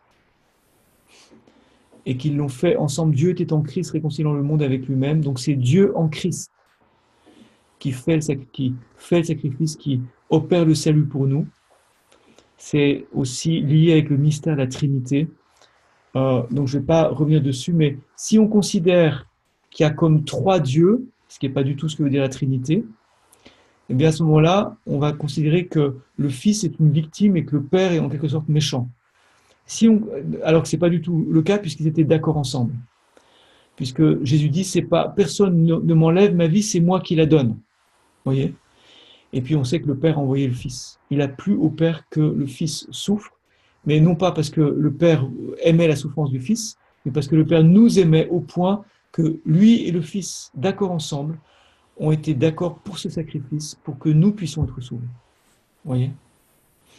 Et puis, si on considère, comme les unitariens, que il y a Dieu, c'est un coup Père, un coup Fils, un coup Saint-Esprit, ce qui n'est pas le cas non plus. En fait, la Trinité, c'est trois distinctions au sein du même être divin, trois personnes un seul être. Mais si on considérait que Dieu c'est une seule personne et un seul être, ce qui n'est pas le cas, à ce moment-là, ce serait Dieu qui serait mort sur la croix. Or, Dieu ne peut pas mourir. Il fallait qu'il se fasse homme pour pouvoir mourir sur la terre et avoir un corps et être le sacrifice parfait. Donc, on peut dire que Dieu s'est envoyé lui-même sur la terre, vous voyez, dans la personne de son Fils Jésus. Dieu était en Christ, réconciliant le monde avec lui-même, comme le dit 2 Corinthiens chapitre 5. Je ne sais pas quel verset vous trouverez.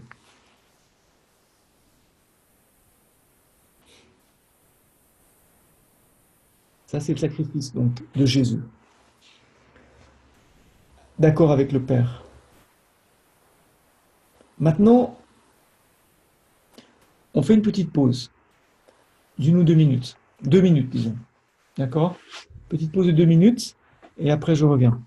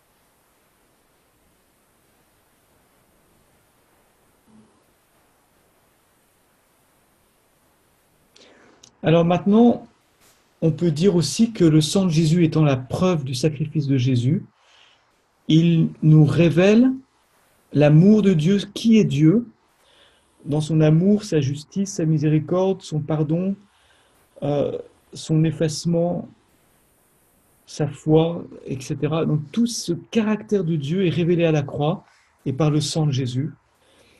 Et aussi, il nous révèle tout ce que Dieu a fait pour nous par le sacrifice de Christ. Voilà. Maintenant,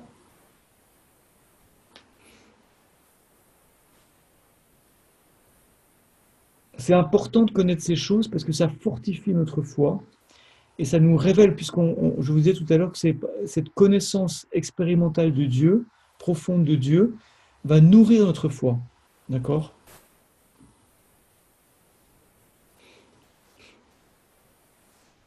On va parler maintenant d'un autre aspect qui est très intéressant, c'est l'alliance de sang. Et on trouve ça dans Genèse chapitre 15. Je crois que je vous en avais peut-être déjà parlé quand on avait fait le livre Le salut par la grâce. Mais dans Genèse chapitre 15, Abraham demande à Dieu comment dirais-je, une garantie par rapport à la promesse que Dieu lui fait. Donc on revient à cette notion de foi, de promesse et d'assurance de la foi. Verset 13 de Genèse 15, 13, l'Éternel dit à Abraham, sache que... Non, pardon. Verset 7, pardon. Il lui dit encore, je suis l'Éternel qui t'ai fait sortir de Our des Chaldéens pour te donner ce pays, sous-entendu donc le pays de Canaan où se trouvait Abraham maintenant, en possession. Abraham répondit, Seigneur éternel, à quoi reconnaîtrai-je que je le posséderai? Donc Dieu promet le pays à Abraham, en fait il en avait déjà parlé, et ce jour-là, Abraham ose demander à Dieu, mais j'aimerais une garantie, j'aimerais une assurance, j'aimerais quelque chose, d'accord? Et il semble que Dieu ait compris la demande d'Abraham, parce qu'il dit au verset 9, prends une génisse de 3 ans, une chèvre de 3 ans, un bélier de 3 ans, une tourterelle et une jeune colombe pour me les offrir. Et Abraham va faire quelque chose avec ces animaux, et pourtant Dieu ne lui a pas dit, mais il semble que Abraham a tout de suite compris ce que Dieu voulait dire, parce que ça faisait partie des traditions de ces peuples-là. Quand deux personnes faisaient alliance, ils prenaient ces animaux-là, ils les coupaient en deux, et ils mettaient une moitié de chaque côté d'un chemin qu'ils faisaient entre les deux moitiés d'animaux, animal par animal, ça faisait une sorte de chemin, et ils allaient ensuite faire l'alliance en passant les deux pères de famille au milieu des animaux et en proclamant que s'ils ne tenaient pas parole l'un vis-à-vis de l'autre, eh bien, il leur serait fait comme il est fait à ces animaux. Donc c'était des alliances de sang très très fortes. Il y a des années, je vais peut-être raconter ça à certains, ceux qui suivent mes cours depuis plus longtemps, il y a des années, j'étais au Mali et on était dans un hôtel et je connaissais le directeur de l'hôtel qui était un Koulibaly. Et puis un jour, il y a un Koulibaly, c'est un nom de famille, c'est une grande famille là-bas. Il y a beaucoup de gens qui s'appellent Koulibaly, c'est comme une tribu si vous préférez. Et puis voilà qu'un jour, il discutait avec un homme en Bambara dans leur langue, et puis ils rigolaient un peu ensemble. Et puis, comme j'étais un peu son ami, il m'explique, il me dit, je viens de l'insulter. Alors, je ne comprends pas pourquoi il me dit ça. Et puis, ils ont l'air d'être très bons amis, et puis il vient de l'insulter. Alors, il y a un truc. Il me dit, oui, il faut que je t'explique. Il me dit, lui, c'est un Traoré, et nos deux familles ont fait alliance. Et parce qu'on a fait alliance, c'est impossible qu'on se fasse du mal. Et parfois, pour se rappeler qu'on est deux familles en alliance, on se dit une insulte qui normalement est comment dire, vous voyez, je veux dire, mais parce qu'on sait qu'on ne peut pas se faire de mal et c'est une manière de nous rappeler qu'on est en alliance. Et c'est là que j'ai compris que dans ces pays-là, il y a encore cette tradition d'alliance par le sang qui fait qu'on va se défendre mutuellement. Les deux familles vont se défendre mutuellement et ils n'ont pas le droit de se faire du mal pendant plusieurs générations. Ça pouvait aller de 8 à 10 générations, ces alliances, vous voyez. Et il fallait plusieurs années pour préparer l'alliance. Ensuite, il y avait des repas de famille, et finalement, il y avait un repas avec du pain et du vin, et il y avait ces animaux qui étaient partagés, et les deux pères de famille passaient entre les animaux en proclamant et puis ils échangeaient aussi leur sang, en proclamant qu'ils garderaient cette alliance, sinon, il leur serait fait comme il était fait aux animaux. Et donc, quand Dieu dit à Abraham, prends ces animaux-là, Abraham comprend tout de suite que Dieu veut faire alliance avec lui. Et c'est la garantie, vous voyez, je veux dire, c'est la garantie suprême que Dieu peut lui donner. Et Dieu, ce qui est extraordinaire, c'est que Dieu, j'allais dire, s'abaisse à ce rituel humain, mais ce rituel avait été probablement inspiré prophétiquement à ces peuples, et ça a été gardé dans certaines traditions jusqu'en Afrique. Pourquoi? Parce que ça faisait partie du plan de Dieu entre Dieu et l'humanité. Et donc, à la fin de ce texte de Exode chapitre 15, vous voyez que, on va le lire, hein.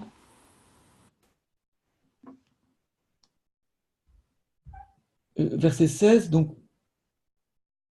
Abraham prend ses animaux, les coupe par le milieu et met chaque moitié l'une vis-à-vis de l'autre, mais il ne partage pas les oiseaux. Les oiseaux de proie s'abattirent sur les cadavres, Abraham les chassa.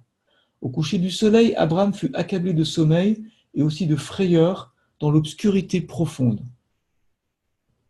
L'Éternel dit à Abraham, sache que tes descendants seront des immigrants dans un pays qui ne sera pas le leur. Ils y seront esclaves, on les maltraitera pendant 400 ans.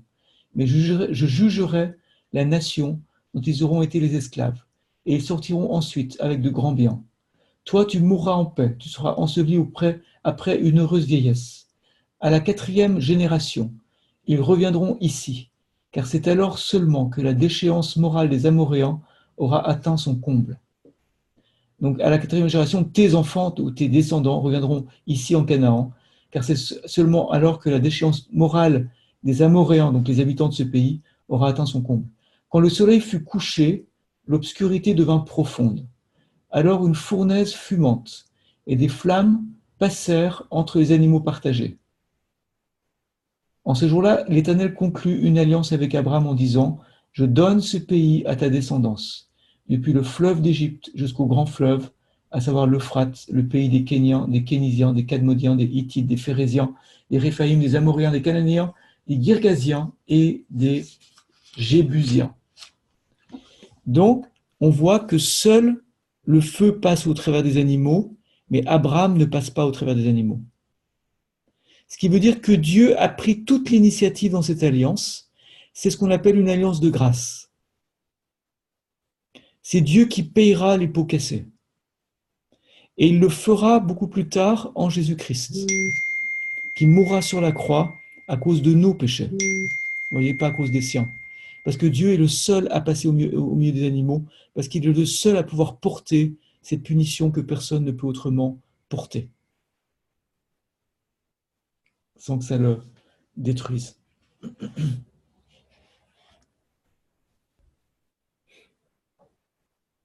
Donc ça, c'est ce qu'on appelle une alliance par le sang. Ces alliances sont très fortes et elles signifient, si vous voulez, elles signifient que Dieu s'est engagé vis-à-vis de nous beaucoup plus que tout ce qu'on peut imaginer. Beaucoup plus que tout ce qu'on peut imaginer. D'accord ? Ça veut dire c'est comme si Dieu s'est obligé à être de notre côté, à nous défendre et à accomplir toutes ses promesses pour nous. Voyez ? Et vous me direz, oui, mais ça c'est avec Abraham. Seulement, quand Jésus meurt sur la croix, il parle de son sang comme d'une nouvelle alliance. Il parle du sang d'une nouvelle alliance. C'est le texte qu'on lit chaque fois qu'on prend le repas du Seigneur. Vous voyez, la Sainte Seine. Le sang d'une nouvelle alliance. Et cette nouvelle alliance, en son sang, en fait, c'est l'accomplissement de ce que Dieu a promis à Abraham. Vous voyez ? Et c'est vraiment ce sang de Jésus qui seul donc peut nous purifier, peut nous laver de nos péchés comme on l'a vu, mais c'est aussi le sang, il est dit, c'est le sang de l'alliance. Vous voyez ? Et donc, on va lire peut-être quand même dans l'évangile de Luc,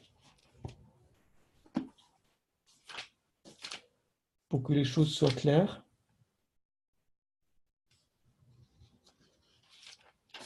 Chapitre 22.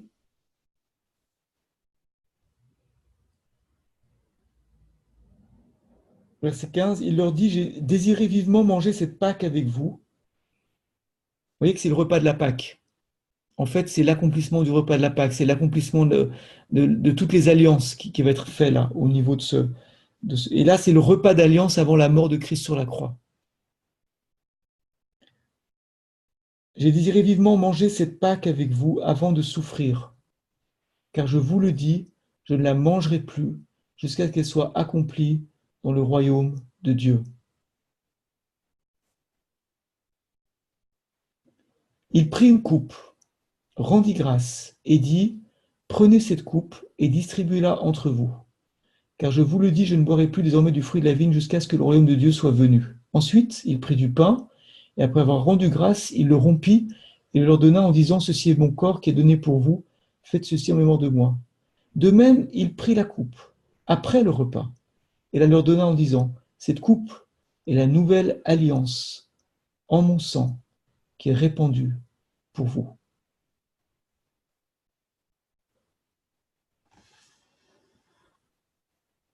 Donc, il y a eu deux coupes, une coupe avant le repas, une coupe après le repas. Et ce qui nous intéresse ici, c'est la coupe après le repas, après le pain sans levain, bien sûr, à l'époque, puis c'était le repas de la Pâque. Il dit, cette coupe est la nouvelle alliance en mon sang qui est répandue pour vous. Donc, c'est un repas d'alliance, c'est le sang de l'alliance, et ça veut dire que Jésus s'engage vis-à-vis de nous. Vous voyez ? Jésus est notre ami d'alliance. En Ouganda, la tradition des amis d'alliance, c'est que si vous avez un ami d'alliance, il a tous les droits chez vous. Si vous partez en hiver avec votre manteau et qu'il envoie quelqu'un chez lui en disant « Papa a besoin d'un manteau », vous enlevez votre manteau, vous donnez votre manteau à votre ami d'alliance et vous allez prendre autre chose de plus léger, même si ça veut dire que vous allez prendre froid, c'est pas grave, c'est votre ami d'alliance qui vous l'a demandé et donc vous ne pouvez rien lui refuser. Si votre femme est en train de faire un repas avec la poêle et qu'elle a besoin d'une grande poêle parce que vous avez une grande famille et que le petit de la famille de votre ami d'alliance arrive en disant « Maman a besoin d'une grande poêle », parce qu'elle a du monde à la maison, eh bien, la maman chez vous va vider sa grande poêle dans une petite, elle va se débrouiller dans une casserole, elle va essuyer la poêle, elle va vite la donner au petit, parce que c'est l'ami d'alliance qui l'a demandé, parce qu'ils sont en alliance. Ok? Ça, c'est la tradition dans ces pays. Les fils de la maison n'ont pas le droit de monter sur la chaise du père, parce que c'est la chaise qui représente son autorité, mais quand l'ami d'alliance vient à la maison, il peut s'asseoir sur la chaise de son ami, parce que c'est l'ami d'alliance, il a tous les droits, et réciproquement. Ça veut dire qu'en fait, entre Dieu et nous, du point de vue de ces alliances qui remontent à l'époque d'Abraham, ça veut dire que Dieu peut tout nous demander et que nous pouvons tout demander à Dieu. Est-ce que vous comprenez ça? Est-ce que vous comprenez ça? Ça va très loin. Quand on prend le repas du Seigneur, ce repas d'alliance, ça veut dire qu'on s'engage à marcher sur les traces de Jésus. On ne peut pas prendre ce repas à la légère. Vous voyez? C'est un repas d'alliance. C'est un repas, quand vous le prenez, ça veut dire que vous pouvez mourir. Ça peut signifier que vous allez mourir pour votre Sauveur. Lui est mort pour vous, parce qu'il a gardé l'alliance. Donc c'est un repas solennel, dans ce sens-là. C'est un repas qui a du poids, c'est un repas d'alliance. Vous voyez? Et Jésus a dit, j'ai désiré vivement manger ce repas avec vous. Pourquoi? Parce que c'était l'accomplissement, c'était le sommet de toutes ces 3 ans et demi de formation de disciples. Et il dit, ce repas-là, il est spécial. Cette fois, la coupe qu'on va prendre, ça représente le sang de la nouvelle alliance. D'accord? C'est le sang que je vais verser pour vous. Et ça veut dire aussi que vous entrez dans cette alliance. Vous êtes mes amis d'alliance et je suis votre ami d'alliance. Et vous pouvez compter sur moi. Et moi, je compterai sur vous. Amen. Donc c'est très fort cette alliance. Et ça, pour la foi, c'est essentiel. C'est essentiel parce que ça veut dire que le sang de Jésus nous assure toutes ces précieuses promesses. Vous voyez? Parce que c'est un sang d'alliance et Dieu garde son alliance. Dieu garde son alliance. Je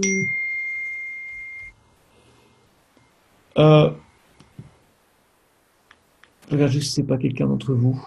Non. Dieu garde son alliance. Maintenant, autre chose par rapport au sang de Jésus et par rapport à cette garantie pour la foi, c'est le fait que dans l'Épître aux Hébreux, chapitre 9, regardez-moi dans Hébreux chapitre 9, il y a entre la parole, le sang et la foi, il y a un lien, si vous voulez. Hébreux chapitre 9, vous allez comprendre.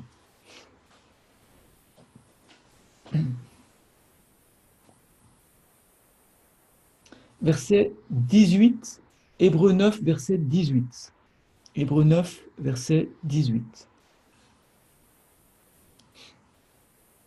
C'est pourquoi la première alliance elle-même n'a pas été inaugurée sans effusion de sang.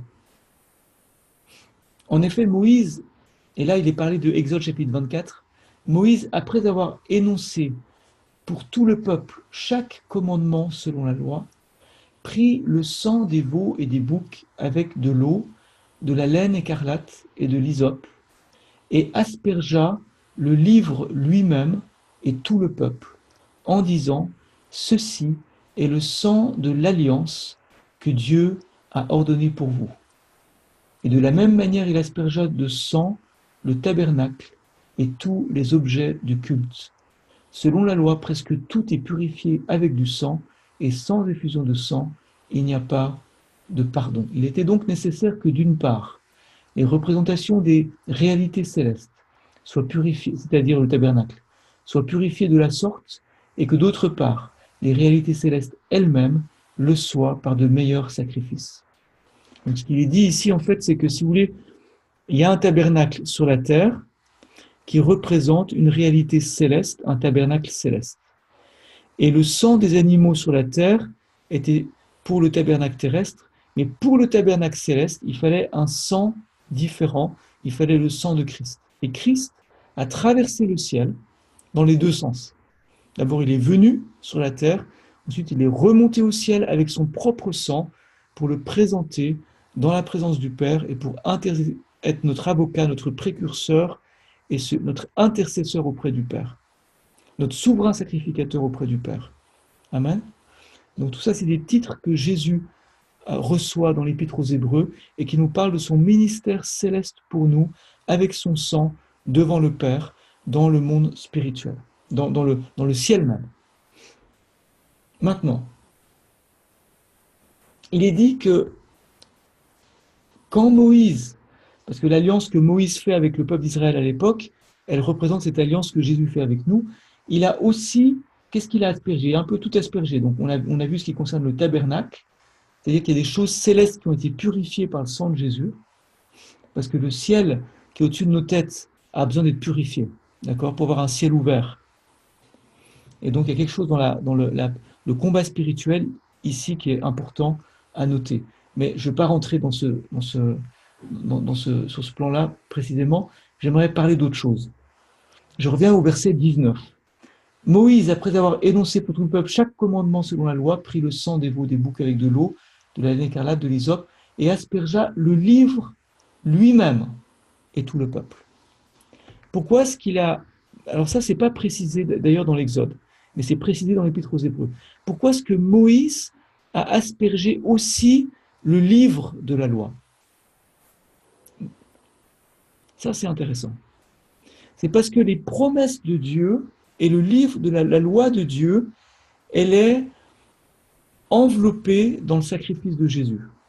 C'est le sacrifice de Jésus, c'est le sang de Jésus, c'est le sang de cette nouvelle alliance qui nous procure la réalité des promesses et la réalité de ce que Dieu dit dans sa parole. Rappelez que le sang était mis sur le propitiatoire et que sous le propitiatoire, il y avait les tables de la loi. Voyez ? Donc le sang est mis sur la parole de Dieu. Il est mis sur la parole de Dieu et il nous assure que cette parole est accomplie en nous qui croyons. Alléluia, en Jésus-Christ. Est-ce qu'on pourrait aussi dire que de cette manière-là, le sang est supérieur à la parole? En tout cas, le livre, en l'occurrence. Je sais pas quoi te répondre.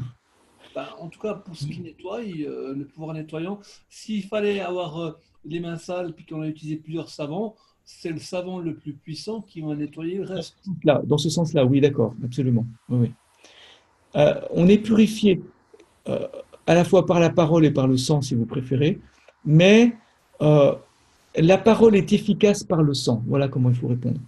La parole est efficace par le sang de Jésus. Vous voyez, si vous avez la parole sans le sacrifice de Jésus, si vous avez les principes, par exemple, si vous prenez le sermon sur la montagne, ces belles choses que Jésus a dites, aimez-vous les uns les autres, etc., mais vous enlevez Jésus, vous enlevez son sacrifice, et vous voulez garder que la morale, en quelque sorte, alors vous obtenez un évangile moral, une bonne morale. Ok ? Mais cette bonne morale ne va pas transformer les vies. Jamais. Ça veut dire une nouvelle loi, si vous préférez. Mais c'est une loi sans puissance, sans efficacité. Paul lui-même dit que la loi n'a rien pu amener à la perfection. Ce qui nous amène à la perfection, c'est quand cette parole est aspergée par le sang de Jésus. À ce moment-là, elle devient une parole de foi qui nous transforme. Amen. C'est pour ça qu'on peut prier pour l'aspersion du sang sur la parole de Dieu avant de la prêcher. Ça veut dire, Seigneur, je te demande que la parole que je vais annoncer ne soit pas juste de la bonne morale, soit pas juste des conseils de sagesse, soit pas juste une belle étude biblique. Non, je te demande que la parole que je vais annoncer puisse percer les cœurs, qu'elle soit accompagnée par la puissance de la croix, de transformation. Amen. Et donc pour ça, il faut la puissance du sang de Jésus. Donc la parole, elle est garantie par le sang, elle est, efficace par le sang. Hein. Voilà, ça c'est très important de comprendre ça. Donc c'est ce sang de l'alliance qui nous garantit les promesses de Dieu et ce sacrifice de Christ qui applique en quelque sorte la parole de Dieu dans notre vie. J'aimerais juste reprendre ce que dit le texte ici de notre cours pour être sûr que je n'ai pas raté quelque chose. Ça, c'est bon.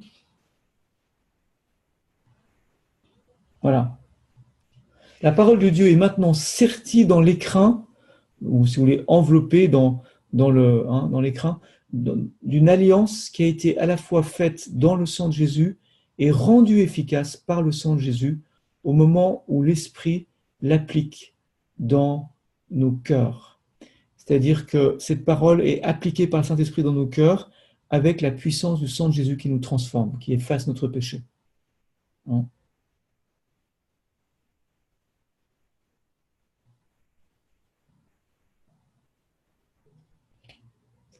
Bien. Une autre chose qui est importante par rapport au sang de Jésus, si on continue à lire ce passage de Hébreux chapitre 9, et c'est quelque chose d'extraordinaire, c'est que donc, le souverain sacrificateur du temps du tabernacle de Moïse, il offrait le sacrifice dehors. L'autel des holocaustes était en dehors de la tente, devant la tente. Entre la tente et l'autel, il y avait la cuve d'airain avec l'eau pour les ablutions. Mais donc le sacrifice était offert dehors. Ensuite, le sacrificateur prenait le sang et il l'amenait dans le lieu très saint, qui représente le ciel. Et puis ensuite, après un certain temps, le temps qu'il fasse l'aspersion, il fallait 7 fois l'asperger, etc., sur le propitiatoire. Et puis, il fallait qu'en même temps, il soit couvert par le parfum qui le protégeait. Il y avait tout un rituel qui prenait un certain temps. Et tout le peuple était dehors en prière, en attendant que le sacrificateur revienne pour les bénir. Et quand le sacrificateur revenait, là, il ne revenait pas pour le péché, il revenait pour les bénir. Vous voyez ? Et c'est là que le feu tombait sur l'autel. Et donc, c'est ce que Jésus a fait pour nous. Et lui, il n'est pas rentré juste pendant une demi-heure ou 3/4 d'heure dans le lieu très saint. Il est rentré dans le ciel même pendant... Maintenant, ça fait 2000 ans qu'il est dedans, vous voyez. Mais il revient. C'est pour ça qu'il est dit à la fin du texte, de même aussi le Christ, qui s'est offert une seule fois pour porter les péchés d'un grand nombre, apparaîtra une seconde fois, sans qu'il soit question du péché, pour ceux qui l'attendent en vue de leur salut. Donc, le salut sera complet au moment du retour de Jésus. Amen. On est sauvé actuellement en espérance. Le salut a été accompli pour nous à la croix, mais le salut futur, la résurrection de nos corps, l'accomplissement total du salut sera fait au moment du retour du Seigneur, quand il sort du tabernacle céleste pour bénir son peuple et le prendre avec lui. Donc voilà, ça vous montre la grandeur de ce salut et de ce que le sang de Jésus accomplit pour nous. Et puis maintenant, on va prendre Romains chapitre 8, parce qu'il y a d'autres choses que le sang de Christ nous assure dans notre foi qui sont très importantes. Romains 8. C'est peut-être le passage le plus extraordinaire de tout le Nouveau Testament. Hein. Verset 34. Verset 33, s'il vous plaît. Qui accusera les élus de Dieu ? C'est Dieu est celui qui justifie. Qui les condamnera ? Le Christ, Jésus, est celui qui est mort, bien plus. Il est ressuscité, il est à la droite de Dieu, il intercède pour nous. On vient de parler de ce ministère céleste de Jésus tout à l'heure, dans l'Épître aux Hébreux. Qui nous séparera de l'amour de Christ ? Et c'est à partir de là qu'on va s'arrêter. La tribulation, ou l'angoisse, ou la persécution, ou la faim, ou le dénuement, ou le péril, ou l'épée, selon qu'il est écrit, à cause de toi, on nous met à mort tout le jour, on nous considère comme des brebis qu'on égorge, ou bien destinés à la boucherie. Mais dans toutes ces choses, selon d'autres textes, nous sommes plus que vainqueurs par celui qui nous a aimés.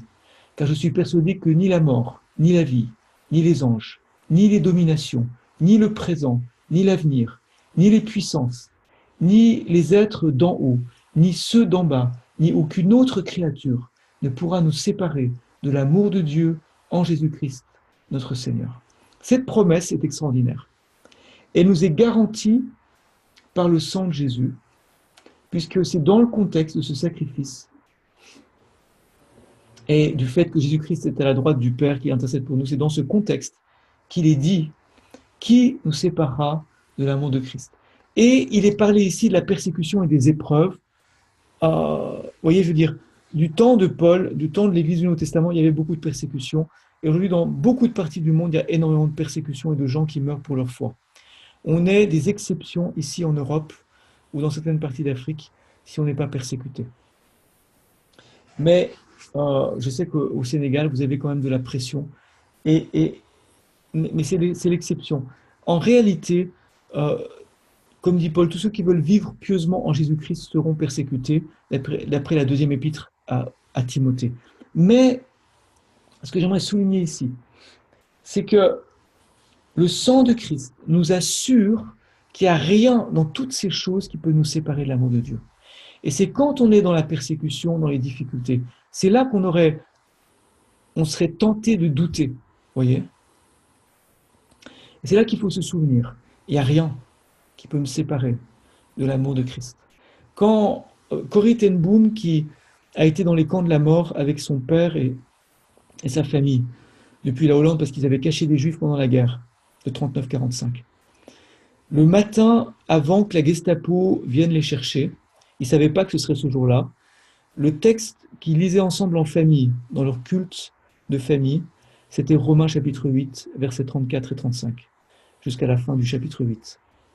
Et quand ils sont partis dans les camps de la mort, son père, qui était très âgé, est mort très vite, sa sœur est aussi morte dans les camps, mais elle avait ce texte avec elle. Il n'y a rien qui peut me séparer de l'amour de Dieu en Jésus-Christ. C'est le texte qu'ils avaient pris avant leur départ. Là, le fait de savoir que le sang de Jésus était versé pour nous fait que ça. Alors, parce qu'on pourrait dire oui, mais alors Dieu m'a abandonné puisque les gens meurent, puisque je vais mourir pour ma foi. Non, Dieu ne nous a pas abandonnés. Parce qu'il est dit que ni la mort ni la vie peut me séparer de cet amour. Pourquoi ? Parce que l'amour de Dieu va beaucoup plus loin, parce que nous, on a une notion que Dieu doit faire, Dieu doit nous protéger sur le plan terrestre. Dieu doit nous protéger sur le plan de nos biens terrestres, de notre confort terrestre. Mais en fait, être plus que vainqueur, il est dit ici, dans toutes ces choses, nous sommes plus que vainqueurs. Qu'est-ce que ça veut dire être plus que vainqueur ? Quelqu'un disait, vous allez voir pourquoi je parle de ça, par rapport au bien terrestre ou au bien céleste.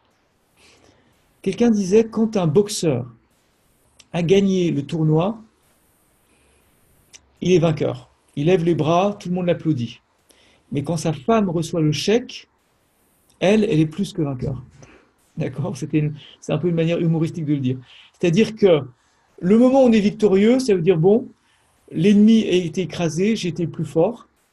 Mais le chèque de la victoire qu'on donne aux boxeurs, qui est souvent des gros chèques, eh bien, c'est quelque chose de plus. C'est encore plus que la victoire. C'est-à-dire que, maintenant, cette image, elle veut dire quoi ? Ça, c'est une image humoristique. Mais plus profondément, ça veut dire que être victorieux, c'est que ces tribulations n'ont pas pu me séparer de l'amour de Christ. Mais être plus que vainqueur, ça veut dire que l'amour que j'ai pour Jésus s'est approfondi au travers de l'épreuve. Et qu'en fait, l'épreuve m'a rapproché de Dieu. L'épreuve m'a fait voir les choses sous un autre angle. L'épreuve a approfondi ma passion pour Dieu. Le feu brûle beaucoup plus en moi à cause de l'épreuve. Voyez ? Donc je suis plus que vainqueur.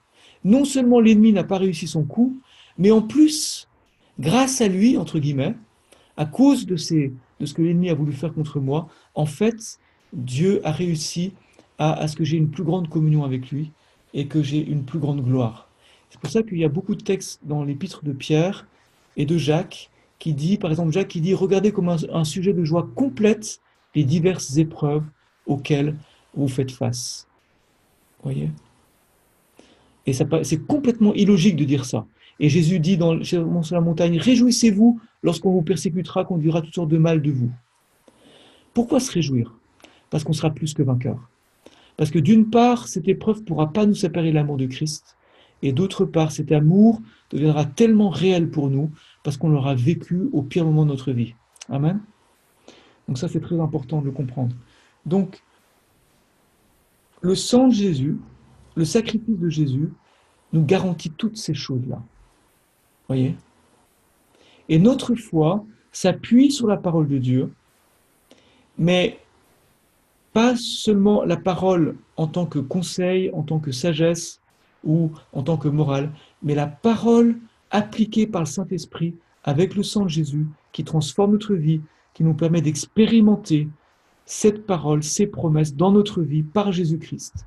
Parce que son sang précieux nous a acquis le prix de ces promesses, le prix de cette foi, comme disait Pierre, une foi du même prix que nous avons une foi du même prix que la sienne. Amen. Et le prix de cette foi, l'honneur de cette foi, c'est justement quand elle est testée, quand elle est éprouvée. Parce que si je reviens maintenant au premier texte qu'on a vécu, qu'on a étudié tout à l'heure, revenez avec moi dans 2 Pierre. Et en fait, je viens d'avoir la réponse à ma question, c'est pour ça que je vous en parle. Parce que tout à l'heure, j'étais un peu ennuyé, enfin, je me posais des questions sur l'expression « une foi du même prix que la nôtre ». Parce qu'en fait, je vous ai dit qu'en grec, on est dans 2 Pierre chapitre 1, verset 1. Simon Pierre, esclave et apôtre de Jésus-Christ, à ceux qui ont reçu en partage une foi du même prix que la nôtre, par la justice de notre Dieu et Sauveur Jésus-Christ. En fait, littéralement, le mot en grec isotimon, donc, veut dire une foi du même honneur que la nôtre. Pourquoi du même honneur? Pourquoi du même privilège?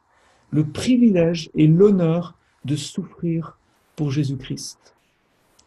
Parce que notre foi se fonde sur la garantie du sang de Jésus. Nous avons l'assurance qu'il n'y a rien qui peut nous séparer de Christ. Et lorsqu'on passe par ces épreuves, eh bien notre foi, elle est éprouvée comme l'or est éprouvé par le feu. C'est ce que Pierre dit dans sa première épître. D'accord? Et donc, c'est une foi du même prix que la nôtre. D'une part parce qu'on l'a reçue de Dieu, donc elle a la même qualité, et d'autre part parce qu'elle sera éprouvée de la même manière et qu'elle aura le même résultat. La preuve que votre foi, c'est vraiment la foi de qualité divine, c'est que dans l'épreuve, elle tiendra. Ça, c'est une preuve. Vous voyez? Et que non seulement elle tiendra, mais vous serez plus que vainqueur. Parce que cette foi éprouvée par le feu, elle va produire une joie extraordinaire. La Bible parle d'une joie qu'on ne peut pas décrire. Une joie extraordinaire. Et c'est ça la foi. C'est ça l'assurance de la foi. Vous voyez? Mais ça se vit, ça s'éprouve. C'est dans la marche. Vous voyez, c'est pas seulement quelque chose que je vous enseigne ce soir, mais c'est quelque chose que vous allez pouvoir tester au travers de différentes étapes dans votre vie. Des crises de foi, sans vouloir faire de jeu de mots, hein. Des crises de la foi où il y aura des moments difficiles et où vous éprouverez que Dieu est bon et que sa bonté vaut mieux que la vie. Amen. Ok. Est-ce qu'il y a des questions sur le sang de l'Alliance, sur l'assurance du sang de Jésus? Parce que je ne vous ai pas, en fait, laissé beaucoup parler ce soir. Est-ce qu'il y a quelques remarques, quelques questions avant qu'on conclue? J'aurais une question, mais après, en fait, une question sur hors sujet par rapport à ce qui vient d'être dit. Donc, je ne vais pas intervenir maintenant. Ok.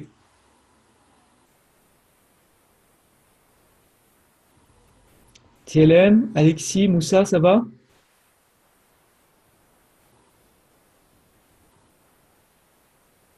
Vous êtes là? Ça va?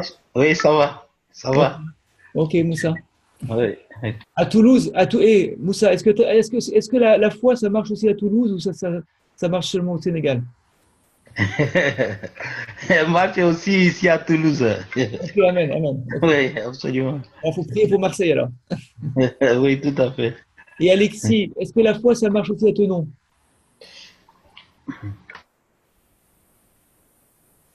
Ah, mais tu peux pas parler, toi, excuse-moi. Oui, c'est vrai que des fois, tu es dans ces... Mais je suis sûr que ça marche aussi à ton nom. Alléluia. Gloire à Dieu.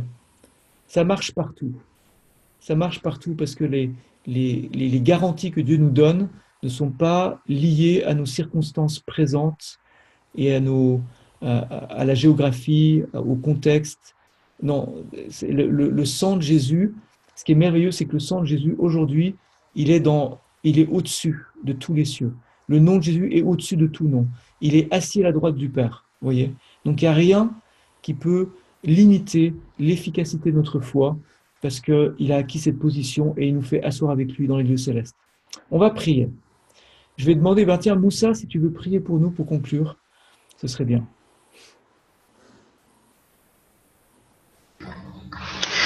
Éternel Dieu Tout-Puissant, nous te disons merci pour ce partage, Seigneur notre Dieu. Merci parce que, Seigneur éternel, tu es le maître de notre vie. Tu as disposé ce temps, Seigneur éternel, de partage. Merci pour ton sang, Seigneur, versé sur la croix. Seigneur éternel, par lequel nous sommes victorieux, Seigneur notre Dieu. Aide-nous, Seigneur éternel, véritablement à marcher, Seigneur, avec cette assurance et à vraiment, Seigneur éternel, rentrer pleinement dans la mission que tu nous donnes, Seigneur mon Dieu. Père, merci d'œuvrer à travers chacun de nous, Seigneur, dans nos vies quotidiennes et que, Seigneur éternel, nous puissions demeurer en toi, de sorte que, Seigneur éternel, nous puissions porter des fruits. Père, merci pour le formateur, Seigneur éternel, Jean-Hugues. Bénis sa famille, Seigneur éternel, mon Dieu. Continue, Seigneur éternel, à l'utiliser comme un canal par lequel, Seigneur, nous serons bénis davantage, Seigneur éternel. Et que, Seigneur éternel, chacun de nous puisse vraiment réaliser vraiment quelle est la grandeur, Seigneur éternel, de ton nom, la profondeur, Seigneur éternel, de ton nom. Et Seigneur, aide-nous vraiment, Seigneur, à devenir tes disciples, Seigneur, afin que, Père, ta parole soit accomplie à travers de chacun de nous. Père, merci. Merci pour la fin de la semaine. Nous te prions, Seigneur éternel, de continuer, Seigneur, d'être avec chacun de nous et de nous aider à marcher, Seigneur éternel, dans la lumière, en faisant vraiment ta volonté tous les jours. Merci, Seigneur, au nom de Jésus. Amen. Amen. Amen. Que Dieu vous bénisse. Je vais arrêter l'enregistrement et puis tu peux poser ta question si tu veux. Oui, merci bien. Alors, juste pour dire une petite remarque que je vais